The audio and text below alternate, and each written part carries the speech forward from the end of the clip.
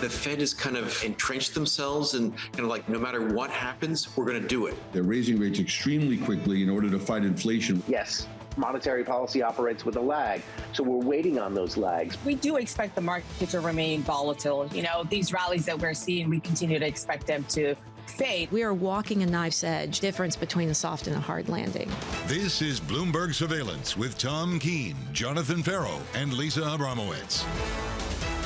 Live from New York City for our audience worldwide. Good morning, good morning. This is Bloomberg Surveillance on TV and radio. Alongside Lisa Abramowicz, I'm Jonathan Ferro. Futures negative 0.1% on the S&P. This week, Bramo, it's all about CPI.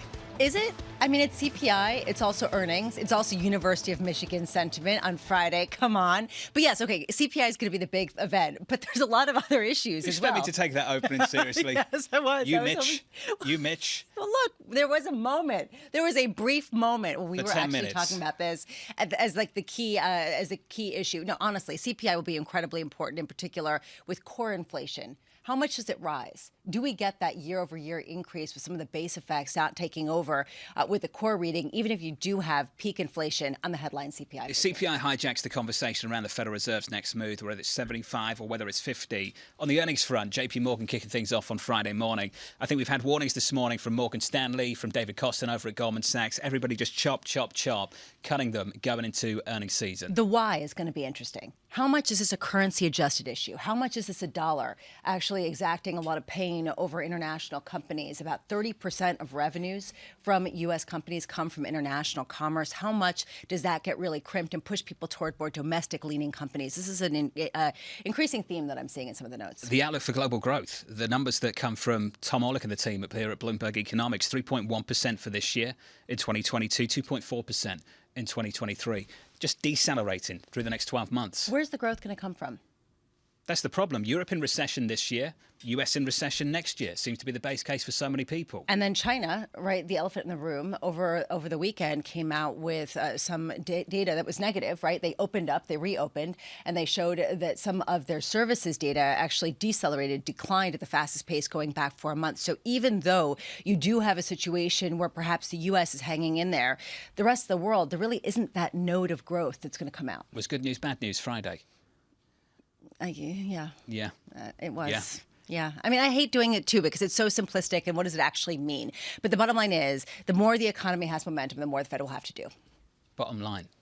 For now. And then we start talking about the why the Fed is backing off. They're backing off because of supply side, positive evolutions on the supply side. That's a good thing. They're backing off because they need to damage demand, or they've done that already. I think that's problematic. Okay, it is problematic.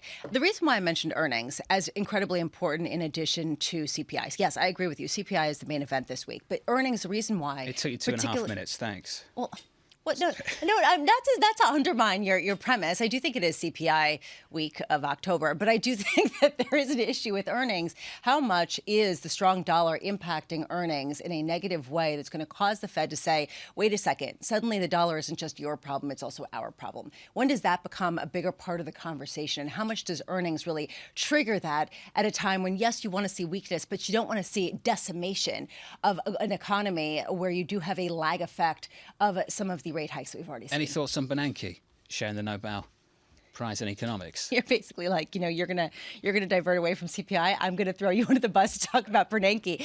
I mean, I think that right now the Nobel Prizes are becoming increasingly political. What is the political message from Ben Bernanke? Oh, you think this is a political decision? Well, what is the decision to have somebody who is a high-profile policymaker win a major prize in economics? I'm just curious about that. I wonder if it's premature, since we're unwinding the QE of the last 10 years right now, whether we should wait before we dole these out. Which is the reason why I'm saying it's highly political. It's sort of this question of someone who is still active and their policies are still very present in the public discourse. That becomes a more politicized prize. I mean, I think that these are all fantastic behemoth minds in the economics profession, but they are incredibly polarizing when they have such direct effect on current economic theory and economic reality. We agree with each other. Futures unchanged on the S&P. We're down about 0.1%. No real drama here in the bond market. The US Treasury market closed for Columbus Day. Looking at a German bund yield, which is down by around about 4 basis points. The bund yield, 2.15% on a 10-year. The 10-year yield in Germany, just like the 10-year Treasury yield, climbing for 10 consecutive weeks. Ridiculous. Euro-dollar 97, Euro-dollar 97, a negative 0.4%. And crude, after a monster rally last week, crude is down about 0.5%. WTI last week, Lisa, up 16.5%. And we heard over the weekend Janet Yellen speaking on a number of different outlets talking about how negative this was for the world and possibly for what happens in November. What I'm watching today, I mean, this is going to be a really important week. It is CPI week. And to your point that you started the show out with, yes, it is that. I just also think it's important to look at earnings. Today, we have an incredible amount of speakers because nothing else is happening because the bond market is closed. And so why even show up? Fed Speak includes Chicago Fed President Charlie Evans at 9 a.m., Fed Vice Chair Lael Brainerd at 1 p.m. Both are speaking at the NABE conference in Chicago. ECB Speak, Chief Economist Philip Lane speaking at 9 a.m. and at the online ECB conference on monetary policy. Very curious to hear what their take is, especially whether they start to price in recession, considering that everyone basically says it's a base case in Europe, but they are still not including that in their forecasts. And today, the 2022 annual meetings of the IMF and World Bank kick off in Washington. From 8:30 to 9, there is going to be a conversation with IMF Managing Director Kristalina Georgieva and World Bank President David Malpass. I'm curious to see how much the focus really turns to the developing world. That's what we heard over the weekend from Janet Yellen, saying that they are incredibly concerned about emerging markets in the face of the strong dollar, but also in the face of some of these economic headwinds that usually hurt the lowest income nations the most. People really going after him about climate change, aren't they, at the moment? I don't understand exactly how this is becoming a distraction. I mean, just to sort of editorialize, because he basically came out and questioned some aspects of climate change, and then people called for him to step down. And then he pushed back and said, look, I didn't know enough to really be saying at any point, and people saying, you're just hiding an agenda. The whole point is how politicized are some of these bodies that have to be providing important aid at a time of real change. I think nominated to the World Bank by the former administration, ultimately picked by the Trump administration, and there seems to be some tension over it with the current administration. I mean, that seems to be the elephant in the room, isn't it? What's wrong with it? Someone turning around and saying, I'm not an expert in something. What's wrong with that? When did that become a problem? And again, this goes to this issue of politicizing bodies that have to act internationally. And the U.S. as a leader at a time when it is splintered and it is divided, and it becomes a real challenge at a time when there needs to be some sort of leadership to handle the next crisis. Kind of refreshing for someone to turn around and say, I'm not going to talk about it, I'm not an expert in it. I mean, it's kind of refreshing, isn't it? I'm not an expert in it. I'm not an expert in it either. Linda Dussel isn't either. She's on the markets, though, senior equity strategist at Federated Hermes. Linda, fantastic to catch up with you. Let's talk about energy. 16.5% move on crude last week. The underlying commodity had a massive move. The energy equities have had a massive year. Why are you sticking with them, Linda? Well, good morning. Thanks for having me today. Yes, we've been really bulls on the energy patch for several years now, and the earnings, first of all, speak for themselves. This is what's really been driving the market in terms of the earnings, is the energy patch itself. So if you look at the valuations of energy stocks, they are as cheap as they've been for really over 30 years on a PE basis. So they're inexpensive versus the momentum that they have. And whatever pullback we saw earlier this year was for concerns of a global economic recession. And that has to fight with the supply problem. So you have to pick your side there. And we picked the supply side. Linda, how much are you looking at more small caps or domestically oriented U.S. companies in the face of some of the headwinds from the strong dollar?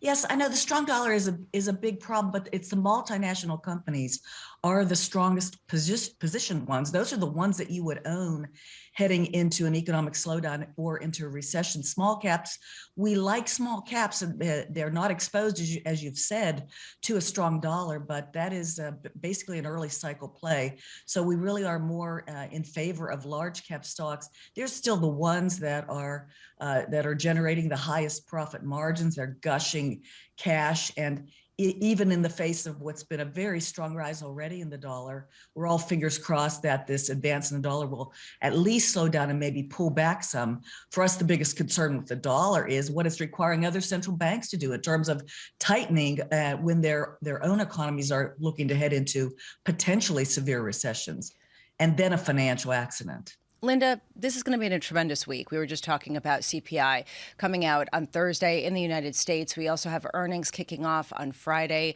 What will be the most important thing for you in terms of how you plan to adjust your allocations heading into year end? Well, I think that that the Fed is, with the jobs report, is really indicating that they'll probably continue on hiking in a more aggressive fashion. So the next thing to really worry about is the CPI in particular, and that core part of the CPI, where a third of it is the owner's equivalent rent. We've seen prices increasing dramatically, whether it's rent or for purchase, and lots of talk about a recession in the housing market and about house prices coming down. But indeed, the vacancy rate for rental or for home purchases is at a 40-year low. So it's still very, very strong. CPI will be extremely important. It'll be important also to watch retail sales. And of course, Amazon Prime days are this week as well. We think that the consumer is extremely strong. So, just over the weekend, I'm reading the economy's weirdly resilient. It's not weird. People have jobs. They've got a lot of jobs. They've got a lot of money in their pockets. That's what really gets us going as consumers. If we have a job, we do. Linda, that's the good news. Thank you for being with us. Linda Dussel there of Federated Hermes on this equity market, on the economy as well. We're doing the Mets today. Or we ignoring it? We're ignoring it. It didn't happen. Didn't happen. No, not at all. My sons were actually at the game. They were at the game. And they came home late, being really angry. And who are they angry at? Just like the state of the world, life? The state of the world. Okay. I mean, no, the ear situation and how there was cheating and that. Okay, wait, no. There was cheating? Can you suggest, or you're suggesting there was a suggestion of cheating, and it was just they checked his ears. They checked his ears, but it was in the 6th inning, so there was time for it to wear off. Heard all about it last time. You're suggesting, or your children are suggesting? My children. I'm not suggesting it. I'm not an expert in it. Okay. So he was pitching so well, all the Mets fans assume he was cheating. I mean, my children maybe account for all the Mets fans, but I'm not an expert in it. We're allowing the view of 10-year-olds to shape the narrative on baseball this morning. 13, a 10-year-old and a 13-year-old. That's good. That's encouraging. Can they do the markets too? Actually, maybe. David Riley the next hour. Better than me. From Blue Bay Asset Management. You and I both. Futures negative from New York. This is Bloomberg.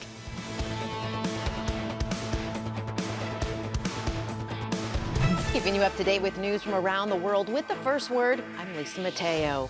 Russia hit Kyiv and other Ukrainian cities today in what appeared to be the most intense missile barrage since the opening days of the war. Infrastructure facilities in 8 regions were hit. The attacks came after Vladimir Putin blamed Ukraine for an explosion on a key bridge link between the Russian mainland and Crimea. Ukraine hasn't claimed responsibility, but within hours it commemorated the blast with a new postage stamp. In the UK, Chancellor of the Exchequer Kwasi Kwarteng is taking steps to calm financial markets following a turbulent period. Kwarteng will announce his medium-term fiscal strategy and economic forecast on October 31st. That's more than 3 weeks before he had originally planned. In Germany, an advisory group is urging the government to subsidize as much as 80% of natural gas consumption for households and companies early next year. It would be a part of a $194 billion aid package. The German government will review the recommendations and issue a decision in the coming weeks. Former Federal Reserve Chair Ben Bernanke is one of 3 people to share this year's Nobel Prize in Economics. Bernanke, Douglas Diamond, and Philip Dybvig were honored for their research on banks and economic crises. The 3 will share a $900,000 award. Global news 24 hours a day on air and on Bloomberg Quick Take, powered by more than 2,700 journalists and analysts in more than 120 countries. I'm Lisa Mateo. This is Bloomberg.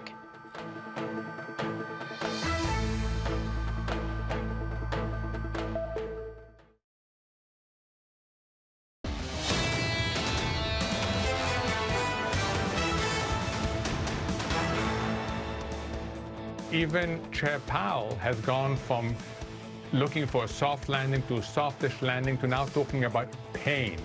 And that is the problem. That is the cost of a Federal Reserve being late. Not only does it have to overcome inflation, but it has to restore its credibility. So yes, I fear that we risk a very high probability of a damaging recession that was totally avoidable. Mohammed El-Arian, Bloomberg opinion columnist and president of Queen's College, Cambridge, on CBS over the weekend, and New York Mets fan as well. Loves the Jets too, and the Jets actually won over the weekend. Yeah, they did. So that's the good news. Right. The bad news is that my kids are Giants fans, as he asked me. Oh, they're Giant fans. Okay. Yeah. So they don't have any potential win. His comments, though, were really fascinating over the weekend. His comments are always fascinating. But great. Basically saying how avoidable this was, that the Fed made an error that is going to be incredibly painful to potentially remedy. And that's the reason why I push back a little bit about the politicization of prior Fed officials. As you said very rightly, John, we have not seen the legacy of this particular policy with respect to monetary easing and quantitative easing. It's just not clear what the legacy will actually be. Two mistakes for a lot of people. The first one is that they were late, and the second one is that they might overdo it. And that's the problem so many people have. Every research piece that I read after Friday's jobs report just said 75 basis points now done. Here we go again. And people saying that the JOLTS report indicates a bit pretty quick cooling. So at what point is there this push-pull of acknowledging the weakening data, or at least the weakening around the edges in an economy that could allow the Fed to move a little more slowly, but they don't want to make the same mistake. So they're going to keep the pedal on the gas in terms of how quickly they decelerate this economy. Can we talk about the UK briefly? Sure. Bringing forward its fiscal announcement to the end of this month alongside the OBR forecast as well. Halloween. Who scheduled it for Halloween? I'm sure they've got a good reason for it, but can you imagine what the front pages of the newspapers are going to look like? Yeah, spooky. Why what is wrong with these communications departments of these governments? I just don't get it at all. I can't. I'm not an expert in it. It doesn't make I'm sense just going to keep me. using that over and over again because I think it's perfect for today. Not an expert in it either, but that just seems ridiculous. It's ridiculous. And honestly, bringing it forward is spooky enough for the markets because clearly they're going to basically be caving to what the market is saying. But second of all, to wait that long and then to wait for that day, I mean, they're basically just setting themselves up for ridicule. You're going to do boo the whole hour? Boo. It's not scary at all. AMH down in DC, our Bloomberg Washington correspondent, joins us now. Anne-Marie, what dreadful pictures over the weekend in Ukraine, through Crimea. What's going on now, AMH, and how is this administration responding? It's incredibly dreadful and devastating. The pictures coming out of Ukraine, especially this morning, Jonathan, Kyiv. This is a lot of civilians that are being targeted by these missile strikes. We don't have a statement yet from the administration on what we're seeing just newly this morning from the ground in Ukraine. But what we can expect, according to President Zelensky, who's been working the phones, he recently this morning was on the phone with German Chancellor Olaf Scholz. Germany holds the presidency of the G7 meeting. It does seem like there will be an urgent gathering virtually of these leaders and how they're going to respond. What you can expect the Ukrainians are going to ask for, obviously, is more weapons. Maybe now what we're seeing, they'll ask for potentially another no-fly zone. It's something we haven't really heard about, but this was a huge target for the Ukrainians and a goal of theirs and an aim of theirs to ask for when the war first began, of course, back in February. Anne-Marie, what counts as a major escalation in this war, and why does it matter? It's a great question. I think at this moment, what we've been talking about in terms of a major escalation was the fact that Putin, of course, had been brandishing the idea of using nuclear weapons. And we've heard over the weekend from the National Security Council's Admiral General Kirby, who's their spokesperson, talking about the fact that there would be severe consequences if Putin were to do this. But what it does look like you're seeing now on the ground is almost a tit for tat. Putin has said that it was the Ukrainians that blew up this bridge, a blast on the bridge that connects Russia to Crimea. We should note that this bridge is incredibly important to Putin, not just tactically for Russia in terms of getting supplies to his troops in Crimea, but also personally. In 2016, he said this is a historical mission for Russia. It was a dream of his to unite Russia with Crimea. And then in 2018, when that bridge opened, he personally opened it by driving a truck down that bridge. And then what do you have 2 days later? A barrage that we have not seen since the beginning of this war on Kiev. And also the fact that Putin has now put in place a single general of this operation. And this is a general that led Russian troops in Syria when they absolutely destroyed Aleppo. So you can imagine the scenes that may be coming out of Ukraine in the next few days. Anne-Marie, just a final word on OPEC, if we can. Guest after guest over the weekend and over the last week that came from the administration on various networks, including on this one, on TV and radio, said the same thing. They're disappointed in OPEC. What options do they actually have? Well, they definitely are disappointed. You're 4 weeks out from the midterm elections, and gas prices still remain top of voters' minds. there's not a lot they can do unless they want to tap the SPR again. But remember, the SPR right now, we're at stocks as low as from the 1980s.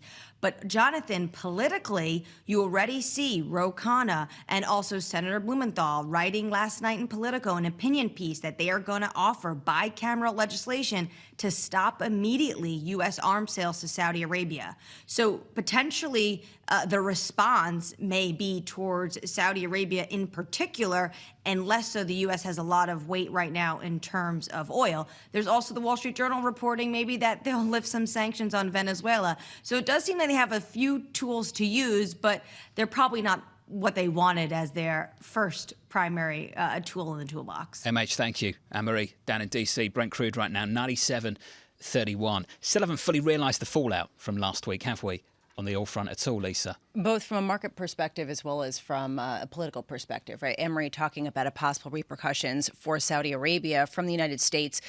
My question is why? We haven't necessarily seen a price surge in crude. There is a question about whether there is some reality to the decline in demand that we have not necessarily seen yet. But is this also the alliance with Russia, right? The sort of discussion of the possible caps on the oil prices as being enough of an inconvenience or an uncertainty that it would necessitate this kind of action. And I wonder how much that's sort of playing into the backdrop here. If you strip out the politics, I know it's tremendously difficult to do that, but if you are the cartel, OPEC Plus, I'm sure they love to call themselves that. If you are OPEC Plus and you're looking at all these warnings about decelerating economic growth in the United States and worldwide, then does it make sense to pull back on output? And perhaps it does if you don't have much spare capacity. Well, but that's the key issue. The spare capacity, how much is that the real story? And actually speaks to much higher prices regardless of what they say in terms of their output targets. They just don't have the ability to pump it, and they want to save it for when there is really a necessary circumstance. Futures on the S&P 500 this morning, slightly negative. Live from New York, this is Bloomberg.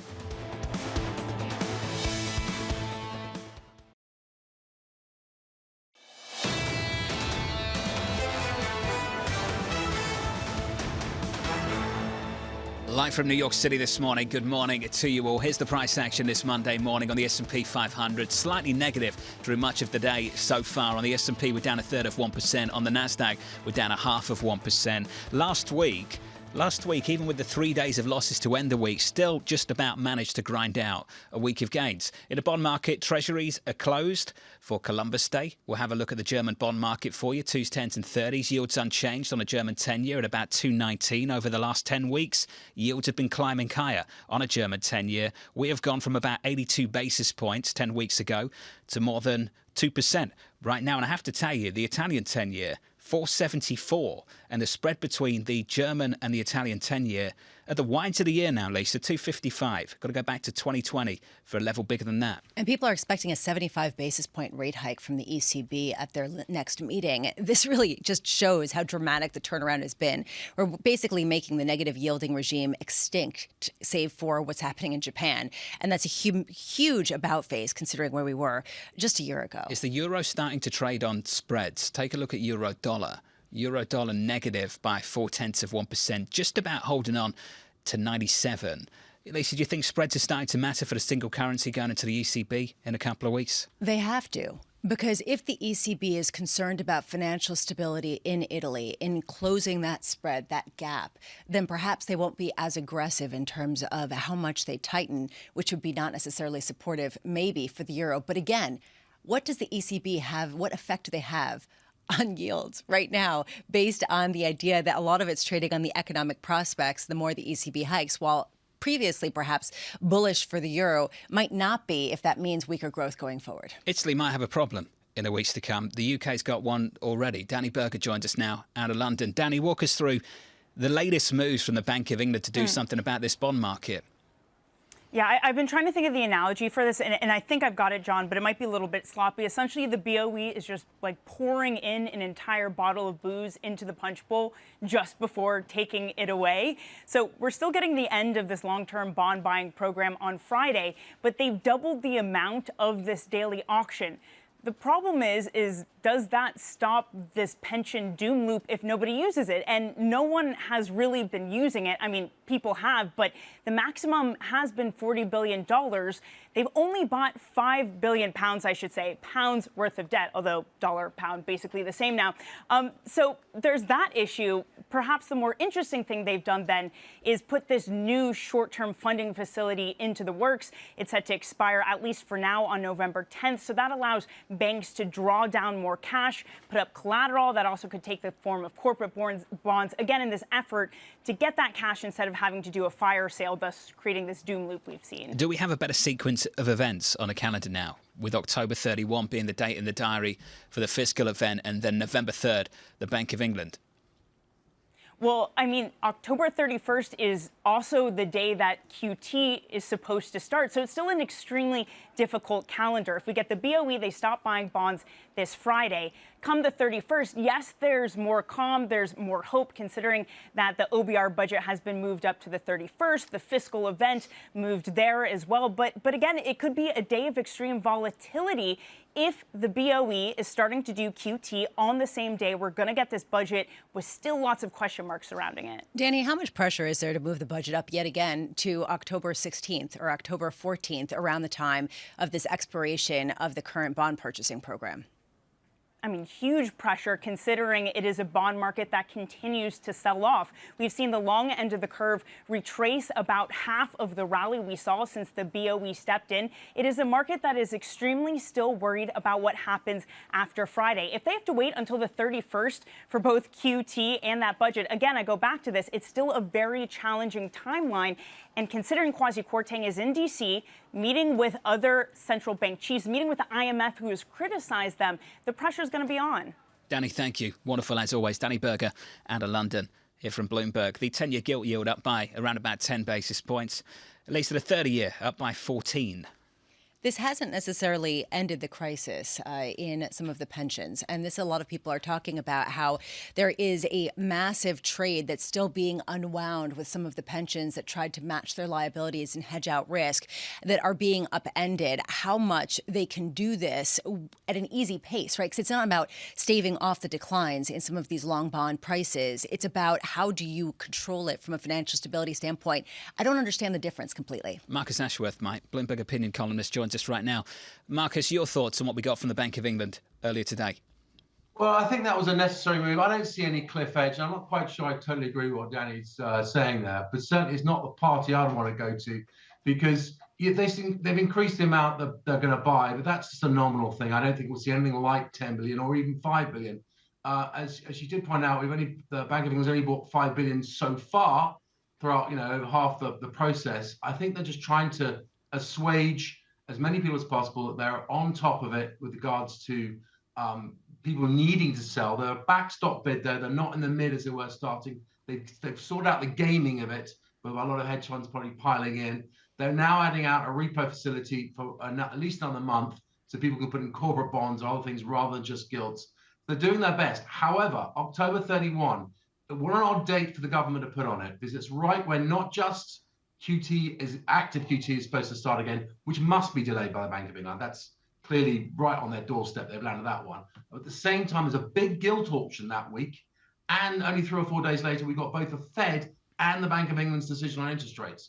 It's a terrible week to start off, i.e. that October 31 had better be what the market wants from Kwasi Kwarteng. Otherwise, we have a week of absolute nightmare. Marcus, how much is the Bank of England setting the tone for what's going to happen at the European Central Bank, with backing away from perhaps quantitative tightening, or at least coming up with some quantitative buying in addition to quantitative letting it roll off? I don't think the ECB will be taking much stock of what the Bank of England's doing, other than they know not to mess perhaps with quantitative tightening this year at least. They had a meeting last week where they started to think about talking about it, but I bet you they just pushed it off into as far as that long grass they possibly can. Do not touch quantitative tightening for the ECB must surely be the message the Bank of England had handed to them.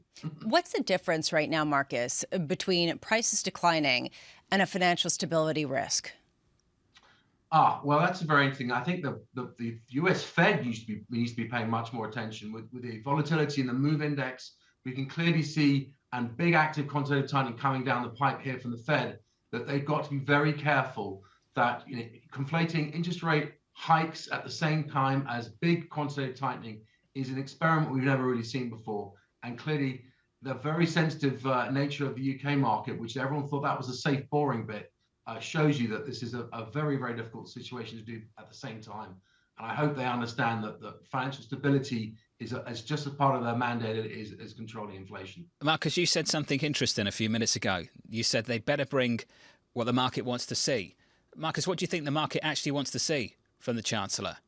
Well, they want to see some funded spending and indeed cuts to what exactly they expect over a 3-year, and probably more likely he's going to extend it, I think, to 5 years as to how they're going to balance the budget. Can the numbers add up, and are they believable?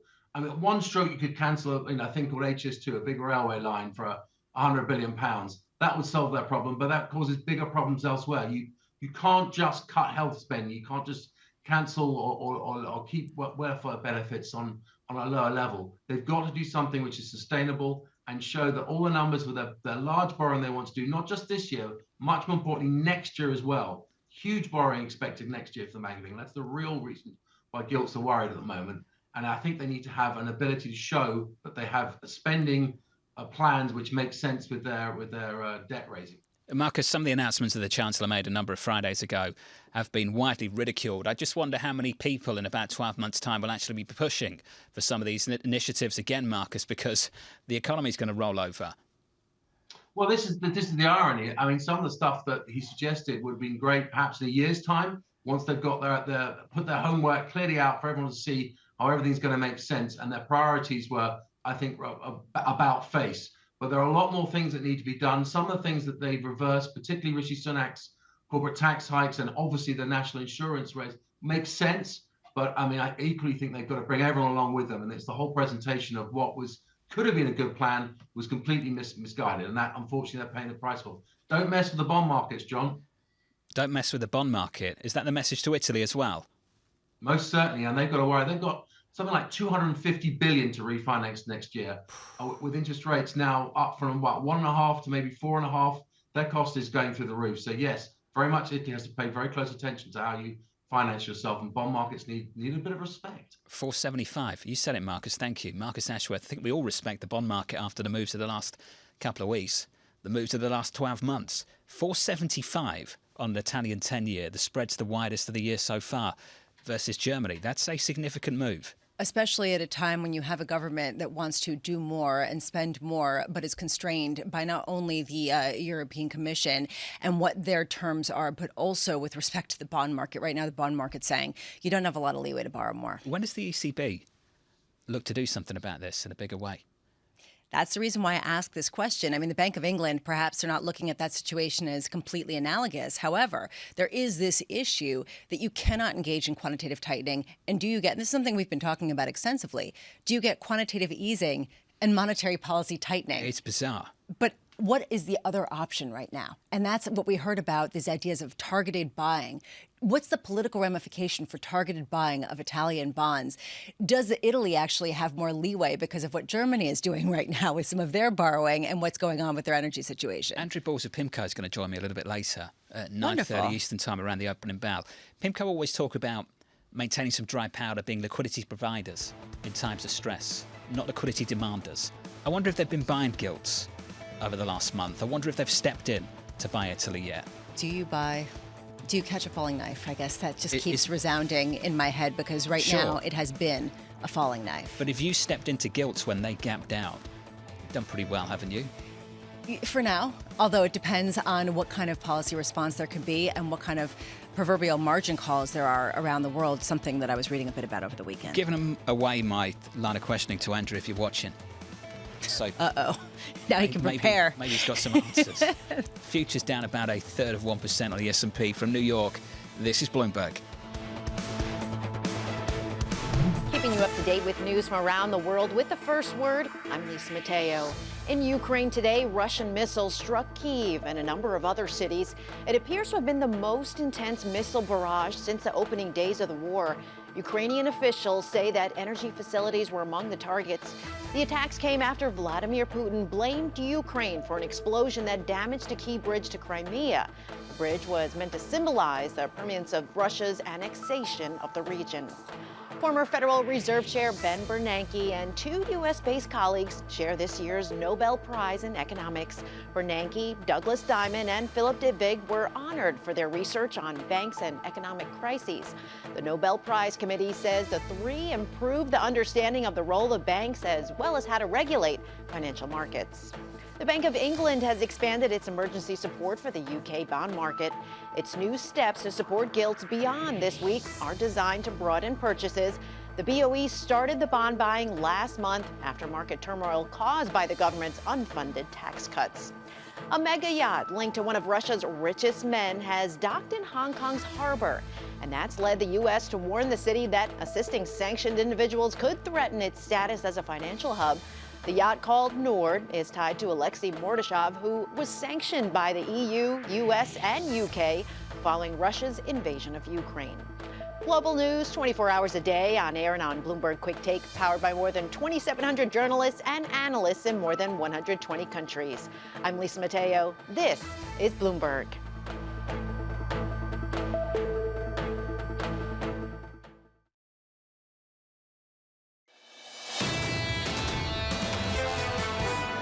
With the Federal Reserve's inflation mandate, inflation is much too high.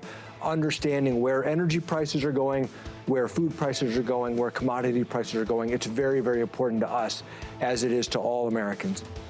Neil Kashkari there, the Minneapolis Fed president. Much more from him, no doubt, through the week, alongside a host of other Fed speakers, including the Vice Chair Brainerd, coming up a little bit later. I want to check in on the price action for you. Equity futures slightly negative on the S&P 500, down 0.33%. Yields unchanged in the German bond market. Yields unchanged at about 220 on a 10-year. They're higher in Italy by 4 basis points to 475. Keep talking about the spread between Germany and Italy. We have gapped out in a major way, Lisa. In fact, we're trading higher above all of the QE years, 254. 254 is the spread right now. So the yield, the 10-year yield, if you look at the QE years of, say, 15, 16, 17, 18, 19, 20, 21, we were never trading up here. You've got to go all the way back to about 2013 to see the Italian yield. We've seen the spread this wide in the last couple of years. Saw that in the pandemic. But for the actual yield in Italy, you've got to go back a number of years. Which really comes in the heels of a number of discussions from ECB officials, including Klaas Knot earlier today, where he was saying he sees 2 consecutive meetings of significant rate moves. How much is the requirement very high for them to come out in some more details about what they plan to do to support peripheral bond yields at a time when they're really seeing yields that we have not seen, as you said, in a very long time? Just remember Euro crisis, at the peak of that, I think we had a 7 handle on Italian 10-year debt. Okay, sure. But when we had the whatever it takes speech in the summer of 2012, 6 handle. So I just want to state that, we're not at those kind of levels on a 10-year. How much do you look at these comparisons as valid, considering how much debt has been issued since then at incredibly low yields that might need to get refinanced, right? I mean, this idea that it is different to have a 6 or 7% yield today than, say, in 2010. I do wonder whether you've got some unique issues, though, in Europe, whereby some of these governments have done a lot of hard work over the last 10 years, particularly around the maturity profile of some of the debt. They've all locked in low interest rates, pushed them out. I hear this a lot in the credit market, too. When do you actually see the stress? When does the maturity wall kick in? And what you hear back from many people is not in the next 12 months. And if that's the case, then perhaps central banks can afford to go much higher before it becomes a problem, because there is this sort of built-in resiliency. It's a good point with respect to government debt, at least in Europe. But when you're focused on Europe, just the low growth profile of the years to come, you do wonder how viable some of those models are with 5% interest rates on its debt as that starts to get priced in a little bit more. Especially as you have to plug the gap from some of the energy crisis that a lot of these nations are facing, and you see some of the fiscal spending that's come up as a result. Bob Yorga can talk to us about energy. Joins us now, Energy Futures Senior Strategist and Executive Director at Mizuho. Bob, you said you're not a big believer in the OPEC plus 2 million barrel production cut. What do you mean by that? Well, I think they will see only about 1 to 1.2 million barrels of cuts that are actually made in this OPEC production cut deal. You'll see Saudi Arabia cut. They're good for their word. The United Arab Emirates, same thing. But there's a lot of folks in a lot of countries in OPEC that are underproducing for size. They're not going to cut production further. Russia's basically around 1.3 below the existing quota going into the OPEC meeting. Nigeria was about 800,000 barrels below. Angola was 400,000 barrels below. They're not going to cut any further. And a lot of the other participating countries are happy just to stay where they were. They're not going to go out and pull back on production today. They're just going to do their best to stay where they are. They're struggling to be where they are. So I would expect to see Saudis cut. I would expect to see UAE cut for about 1.1 million barrels. Given the lack of spare capacity, Bob, why are prices not higher? Demand is really the issue here. I think that's another one that the OPEC folks missed a little bit. The problem is not supply. The problem is demand. We are here. The dollar is higher for starters. That is a reverse correlation to the barrel, to crude oil. Higher the dollar, the less dollar it takes to buy a barrel of crude oil. The China situation is very negative for OPEC. That's a big piece of the demand puzzle that's been taken off the table. So until that comes back, we're not going to return to $130 like we were in March. But you also have the global economy teetering on the brink of a global recession here. That's a demand event. Right. Cutting barrels is not going to make a big difference there. Bob, on October 16th, the People's Party Congress, National Congress over in China is going to kick off. And a lot of people are looking at this as a threshold moment after which perhaps the zero COVID policy could be lifted in some capacity. What would happen if you did see a softening, especially as we've heard pushback from other officials recently about how unsustainable this policy really is? If you come out and you see that red headline on the Bloomberg terminal, that's going to definitely see the price go up a little bit here. We probably would trade towards, if China's on the way back, and if that's a big move in the right direction, we probably will see the market trade towards $100. But I don't see it returning to $130 where it was at the beginning of the Ukraine crisis. So yes, that would be that's a big piece. That would be a big demand construction event. And would be very positive for the market. But above and beyond that, with the Fed still likely to increase the rate situation by 75 basis points next meeting, 50 the one after that. I mean, they're purposely pulling back on the global economy. So it's going to leave a mark. Hey, Bob. Thank you, sir. As always, Bob Yorker there of Mizuho Americas. Bank of America's Mike Gapin on Friday after the payrolls report. Lisa, no pivot for you. No pivot for you. The message from the team. No pivot for you, no pivot for you. It's sort of the reverse Oprah Winfrey. But this was basically the message from every single central bank and Wall Street bank out there, basically saying this is not going to give the Fed any ability to move away from some of the rate hiking plans. And that has been basically the theme, right? And so at what point does it really go back to the conversation that we were having at the beginning of the hour, which is how are they going to go much further than perhaps they need to in order to rein in an economy with policy that has a lag effect that isn't necessarily going to really show the consequences for a number of months, if not longer? One question I've asked is whether the labour market data overstates the strength of the economy elsewhere. And most people agree with that. The labour market data looks really robust. You can find pockets of weakness all over the place. That's the reason why I wonder if earnings are going to be the main event of this week. If we see the earnings move much more quickly than we had previously expected, we see this in a number of different sectors. We've seen that from forward revisions downward for earnings guidance. There already have been revisions downward on Wall Street, but have they been enough? And if we start to see them come in more rapidly, how does that sort of feed into this narrative, especially when there is the FX component, especially when there is this ability, this inability to pass along the costs that you had seen in previous months and quarters. David Costin talked about the dollar story, right, over at Goldman. 30% of all U.S. corporate earnings derived from international sales. Hey, it's a problem, isn't it?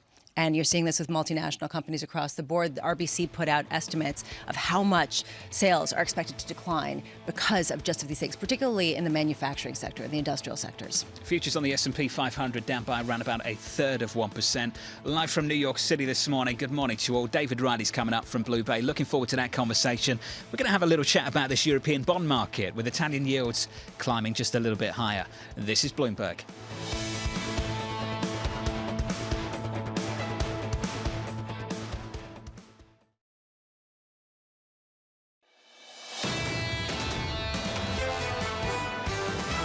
The Fed has kind of entrenched themselves and kind of like, no matter what happens, we're going to do it. They're raising rates extremely quickly in order to fight inflation. Yes, monetary policy operates with a lag, so we're waiting on those lags. We do expect the market to remain volatile.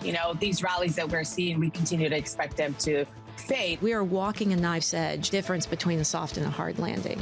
This is Bloomberg Surveillance with Tom Keene, Jonathan Ferro, and Lisa Abramowicz. I think we start every week saying big week coming up.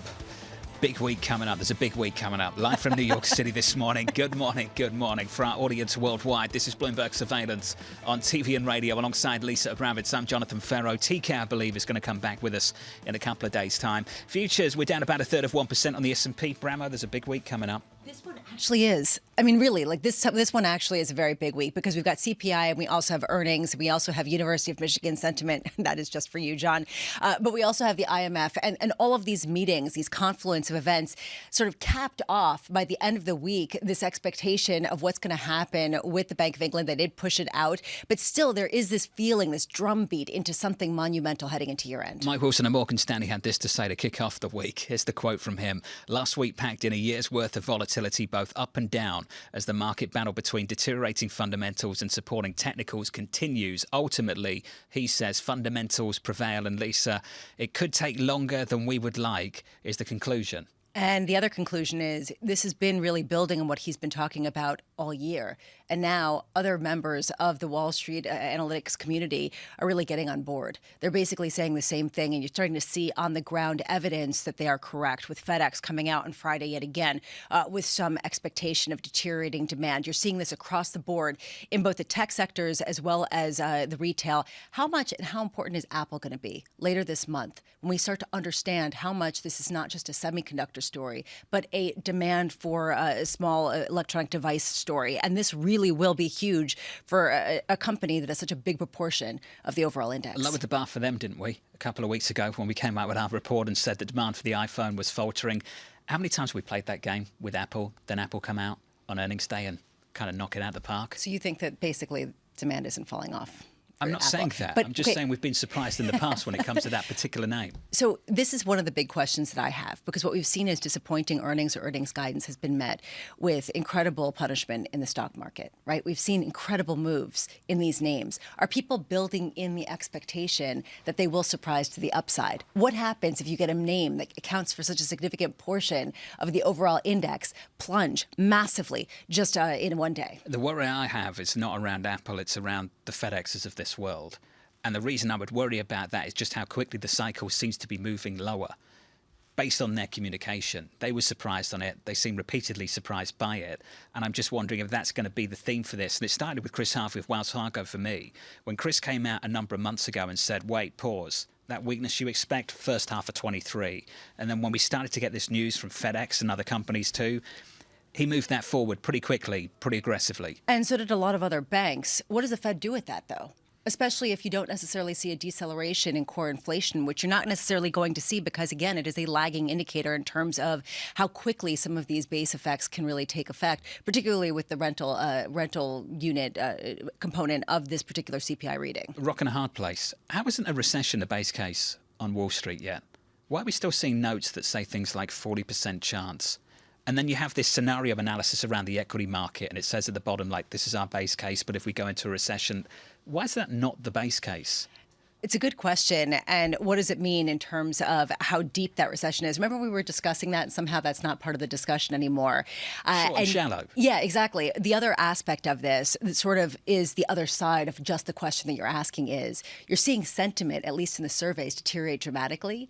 And yet, when you look at positioning, people are still bullish overwhelmingly for equities. Or, you know, it really has not cohered in the same kind of way as you would expect, given just how bearish sentiment has gotten. Futures right now down 10 points on the S&P. We're down about 0.25%. I'll whip through the price action for you. In the bond market, remember the Treasury market closed for Columbus Day. Looking at the German bond market, basically unchanged on a 10-year at 220, not unchanged in Italy. We'll pick up on that in just a moment. Euro dollar. Lisa, 96 handle. on euro dollar, 96.94, negative 0.5%. And is this an energy story? Is this a question about what they have to do with respect to the Italian yields in terms of coming in with some sort of easing? A lot of questions on a day where you're getting sort of thin trading, at least with the bond market being closed in the U.S. Today, we are looking at a host of speak, particularly Fed speak, because when there isn't other events, there is always Fed speak, including Chicago Fed President Charlie Evans at 9 a.m. and Vice Chair Lael Brainard at 1 p.m. I am particularly interested to hear what Lael Brainard has to say about some of the international concerns. When does the dollar become the U.S. problem? I think that's going to be a theme this week, especially into earnings. There's also going to be some discussions out of the ECB. We heard from Klaus Knott earlier today. We do hear from Chief Economist Philip Lane speaking at 9 a.m. on the online ECB conference on monetary policy. And John, you were asking, when do we get a recession as a base case on Wall Street for the U.S.? When does recession become a base case for the ECB, considering that it already is the base case for houses across Europe and across the U.S., right? I mean, who does not think there is going to be a recession in Europe right now? I think it's bizarre. We got to this point where central bank forecasts are just aspirational. Seems to be what they want the data to be. And I guess they feel like that if the data isn't where they think it's going to be in 2 years' time, that it's somehow a credibility failure, that they need to do better than they're doing. I think the other worry is the self-fulfilling aspect of it. The policymakers believe they start forecasting something, they can shape the events that they anticipate. And I understand that, but I think at this point, the Bank of England's done it, held their hands up and said, this is where I think this is going. Base case is a recession. You'd expect the ECB to follow. And we could talk more about this, and maybe it actually adds to credibility when they say it. And the IMF meetings, the annual meetings are kicking off, the IMF and World Bank in Washington, D.C. We hear from David Malpass and Kristalina Georgieva later this morning and throughout the week. John. David Riley joins us now, Chief Investment Strategist at Blue Bay Asset Management. David, I've got a German-Italian 10-year spread at about 255 on my screen. David, when does that get problematic for this ECB? I think it gets problematic for the ECB in terms of potentially even, triggering speculation around the TPI. Once we get to sort of spreads closer to sort of 300, and all-in yields then would be closer to sort of 5.5% on the 10-year BTP. And I think we're a little way away from that, but a kind of key is going to be the Italian budget at the end of this week. And hopefully they've taken a bit of a lesson from the experience of the UK government, where, I think there's been a huge kind of policy credibility crisis in the UK. And that ultimately was the trigger for the sell-off in gilts. And obviously that then spilled over into other markets and created problems with UK pension funds and LDI investment. But I think the key takeaway, hopefully, that policymakers in Rome have taken is, this is an environment where the bond market vigilantes are back, and you kind of go down a fiscal easing route or unsustainable fiscal path at your peril. Well, David, the old playbook of the last 10 years used to be get to these levels, buy them. Buy them because the ECB's got to step in and stop them from going any higher. Have we put that playbook in the trash can? Are we doing something else now?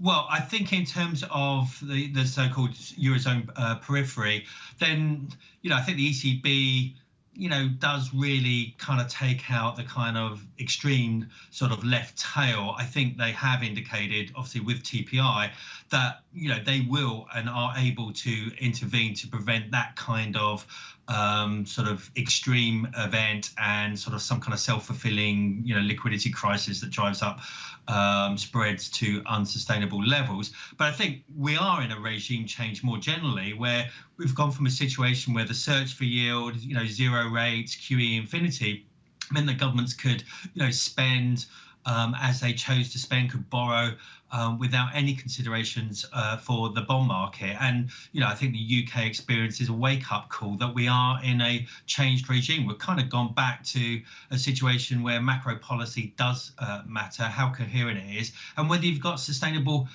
public finances. How are you going to pay for this over the longer run? To that point, David, what will the euro response be? Will it weaken versus the dollar, or strengthen, if the ECB comes out with some sort of cohesive plan to help control some of the rise in peripheral spreads?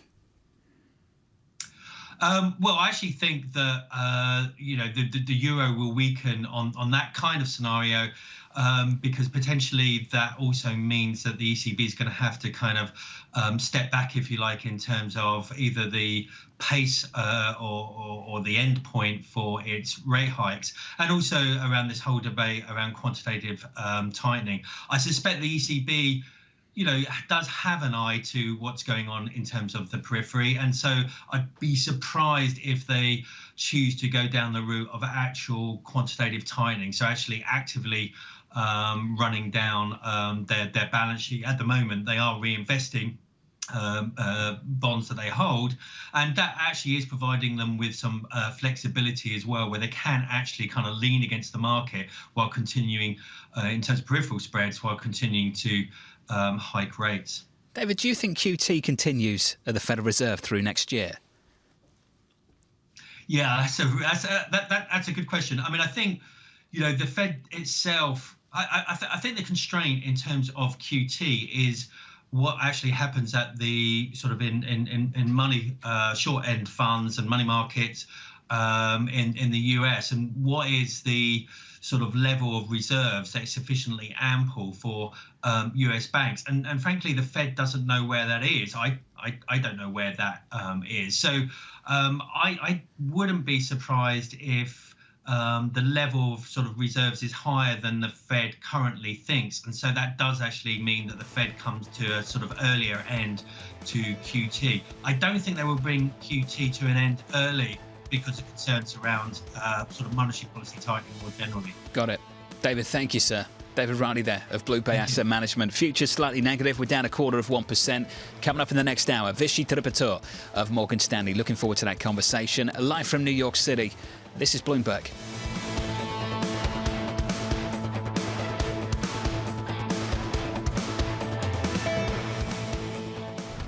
Keeping you up to date with news from around the world with the first word, I'm Lisa Mateo.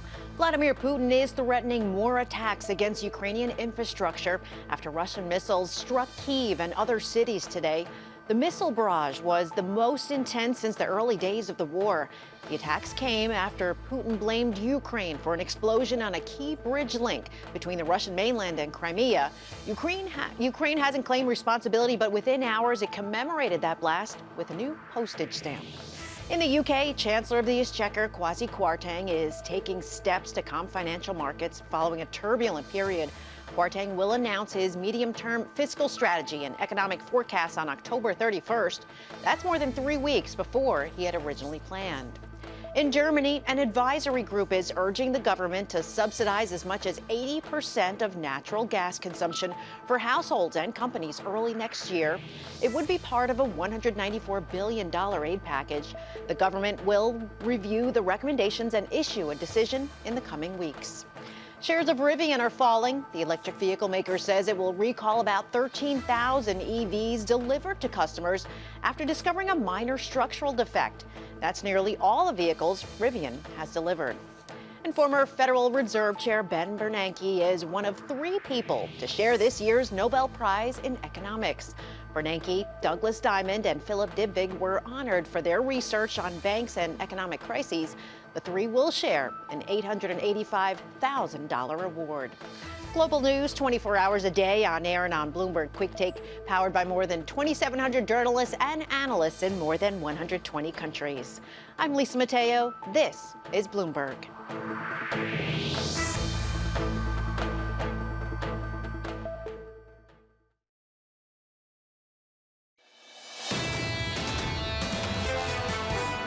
I think we are headed for a collision of some kind or other, and we've just got to manage that collision carefully.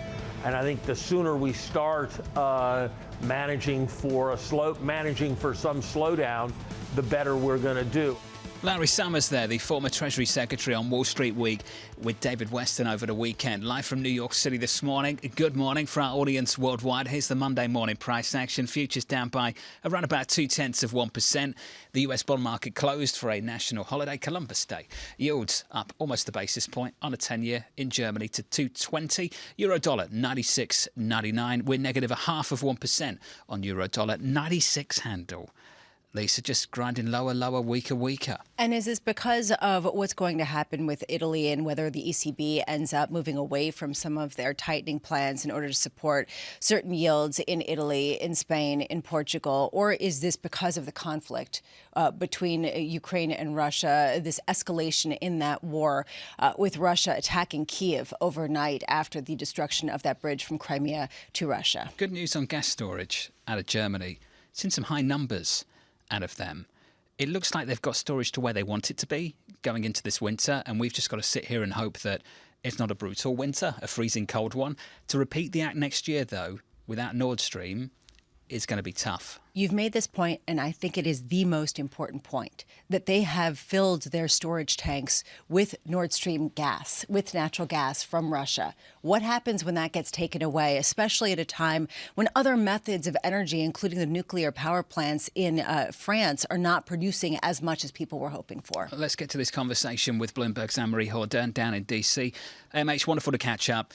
The president warned about the potential for nuclear Armageddon in the last week. He did it, though, Anne-Marie, at a fundraiser, and he's taking some criticism for that. Can you walk me through just how this has played out down in Washington over the last few days?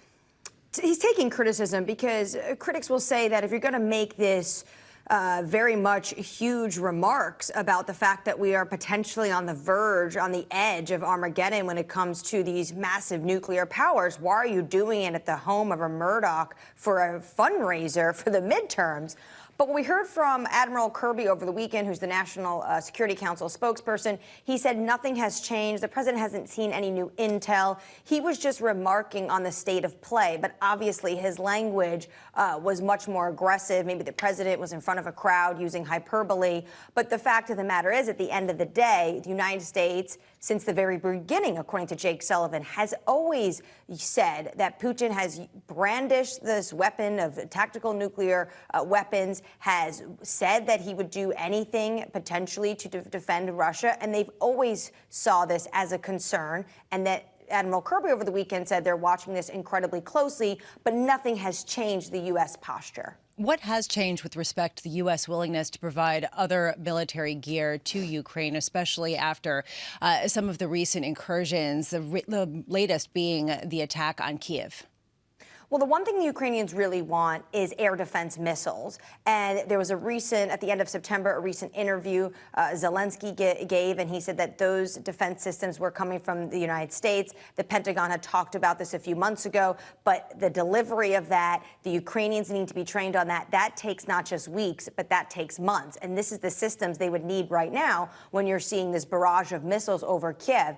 I spoke to the Ukrainian Foreign Ministry this morning. What they are seeking for from the international community is more of these types of air defense missile systems, as well as they want the international community to label Russia a terrorist state. Anne-Marie, meanwhile, even as all of this happens, we heard over the weekend President Biden actually on Friday coming out and announcing the banning of certain sales of semiconductor and chip technology to China, which some people say is the biggest escalation between these two nations and what some are calling an economic war up to this date. Do you have a sense of why now and how much this has really changed the backdrop?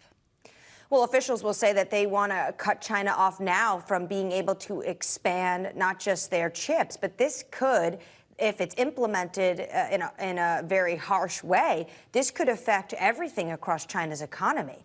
This could affect their military capabilities and technology. This can affect the manufacturing of electric vehicles, smartphones. The list goes on. And what officials will tell you is they want to be able to blunt China's power as an economic and military menace. This could potentially be seen on the heels of what we saw over the summer with China having these military drills after you saw Speaker Pelosi go to Taiwan. But obviously, this is a huge blow for, we should not just China, but also the semiconductor companies like NVIDIA, like ASML, that all their shipments and this technology goes over to China. Do you want to squeeze in some baseball banter quickly? No, not at all. Well, Please let's just say, poor Lisa. Listen, Lisa, I think I was very classy. I think I was very classy on Twitter, giving my deepest apologies to you, Mohamed El-Arian, Ivan the K. But there's only one team the New Yorkers could root for this postseason. What are you doing? Mets gonna Mets is what she said in the commercial break. Yeah, Mets are gonna Mets. They're gonna Mets. get to this great point, and they have all this momentum behind them, and then they blow it. That's the Mets. That's Metsing. Hey, Mets down in DC. What are you doing, Could John? you come back in the next hour? No, we're done. We're done. Thank you Anne-Marie for in that Washington. classy tweet. Mets are gonna Mets. What was classy about that? No, she sent out a tweet, her deepest thoughts, which basically was her rubbing in the face. The deepest sympathies for Mets baseball fans. What happened? They were doing so well. Do you go out and buy Judge now? Well, I mean, maybe, but it's really all about the ear and the potential for some possible. cheating. Yeah, that's possible. I mean, I'm not saying cheating. What would be on the ear of the Grease, pitcher? grease that would then make it a firmer grip that allows him to make balls that make the Mets look terrible. But otherwise, they would be terrific. This is worse than English football. What So do you you start expect? losing, you send the referee out to check someone's ears. Sixth inning. So it was already used up. Honestly, my boys came home last night and They were furious. They were furious about the ear. Did you see his ear? Did you or did you not see his ear? I was like, they're the Mets. And did you not see his ear? Would they feel better if you went and bought Aaron Judge now? I'm sure they would feel a lot better, but I personally am not going to shell out. I'm not an expert in that. No? Okay. Just checking in. All right. I'm Maybe pleased we Stevie discussed Cohen. it, though, and I'm sorry for your loss. Thanks, Sounds I appreciate that. brutal. I'll rub it in for you when AC Milan starts losing. We won against I know. Juventus over the weekend. I know, but you're facing some challenges. We are. So There's we can many bring them up. challenges. Yeah, It's exactly. Personal and all over the place. It's, it's always the case, isn't it? AC Milan. Yeah, well, I mean, see, AC Milan are Milaning. Yes, futures unchanged on the S&P. He's like, please save me. Few points off the top of the league. We're not too bad now. Just Okay, not what we all were right. 20 years ago, which Well, the Mets was almost a made beautiful it. thing. We were so good 20 years ago. Yeah, 1986. Mets were pretty good too. Great in the 80s, the early 90s, 2000s. And 2010s just went really wrong. I don't know what happened. Sorry to hear that. From New York, Sorry for your loss. this is Bloomberg.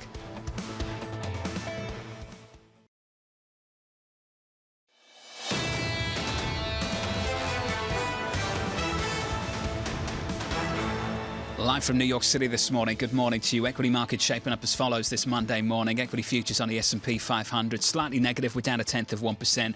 Down a little more than 0.1% on the Nasdaq. 3-day losing streak coming into Monday. In the bond market, the Treasury market closed. We'll look at the German bond market for you. 2s, 10s and 30s. A 10-year at 2.19. About 12 months ago, I think the 10-year was in negative territory. So that is a monster turnaround for the German 10-year. Compare it to Italy. The spread 2.53 at the wides of the year, and that's a problem for this euro. Euro dollar is negative. Euro dollar negative going into the ECB meeting. Month end, I think October 27th for the ECB, looking potentially for a 75 basis point move, and a euro just struggling to find any traction, Lisa. Euro dollar 97, negative 0.4%. I'm struggling to understand the response of the euro if there is some kind of move by the ECB that is hawkish, right? That should support the euro in the traditional book of central bank policy. Does that really apply anymore? That's the dilemma of the last couple of months. You want to buy higher rates at the ECB, higher bond yields as they go into recession. That's the problem, isn't it? And what do you do with the fact that they might be hampered with respect to particularly peripheral yields? I'm watching over in the single name space, some semiconductors, because we were just talking about the potential where you end up with some sort of restriction on American technology exported to China. You're seeing U.S. companies lose value. Anne-Marie was talking about this, and I find this interesting. It's not just the Chinese semiconductor companies that are going to struggle. It will be fewer exports by the likes of NVIDIA, where shares are down about 0.75%. AMD, that shares down in pre-market trading 1.3%, and Applied Materials with those shares down a little bit more than 1%. This just adds to a year that has been the worst year for semiconductors going back to 2008. And if the losses keep up at this pace, you could see the worst annual loss on record. We have seen a nearly 40% decline, or actually a 40% decline on these stocks, right? This is the Philadelphia Semiconductor Index. How much does this really speak to this broader pain, John, that we were talking about with the likes of Apple, with the likes of other electronic device companies? And how much are these really idiosyncratic stories affected by international policy that have been doubled down upon by President Biden, restricting exports to the world's second biggest economy? Can I answer all of the above? Pretty much everything you said. Well, I mean, but this is going to be a huge issue considering that these are major components of the overall indexes. And how much does this really feed into some of the downward revisions of some of the S&P targets, which we've heard even from some of the biggest bulls on Wall Street? Seema Shah joins us now, Chief Global Strategist at Principal Asset Management. Seema, ringing the bell at the NASDAQ today. Buzzing for that, I'm sure. Always look up. Don't you always look up around the opening bell and people emphatically clap and wave their hands? Even when it's down, which is always kind of interesting to me. I always find that weird. If we're down today, will you scream and shout and I'm say still going to woohoo? clap. You're still going to clap, even if we're down. Okay. She's paid to Opportunities to buy. There you go. Is that going to be your story whilst you're here? The opportunities to buy this? On today, no. I have to say, I think there's worse to come for the market, unfortunately. You know, you talk about we talk all this time about the Fed, about inflation, about growth, and then you add in all these additional geopolitical pressures. It's very difficult to find anything to be positive about at the moment, and a lot of these things I don't think is fully priced into the market either. Earnings seasons, of course, is going to be really interesting. We are expecting to see weakness starting to really feed through now. A lot of the narrative about margin pressures, but also just generally starting to feel the pressure of consumers potentially pulling back from next year. So there's a lot, I think, to be concerned about for investors. When you say it's not priced yet, out of everything you've just said, what isn't priced? I still think that the recession is not priced. Right, so I think the market is eventually, I mean, look, it keeps switching every few days, but I think generally speaking, the market is coming to terms with the idea that rates are going to go higher and they're going to stay there for longer as well. The bit that the market is still playing around with is this recession. You know, a lot of people still thinking that soft landing is possible. We think it's very unlikely. And with recession, unfortunately, does come earnings recession.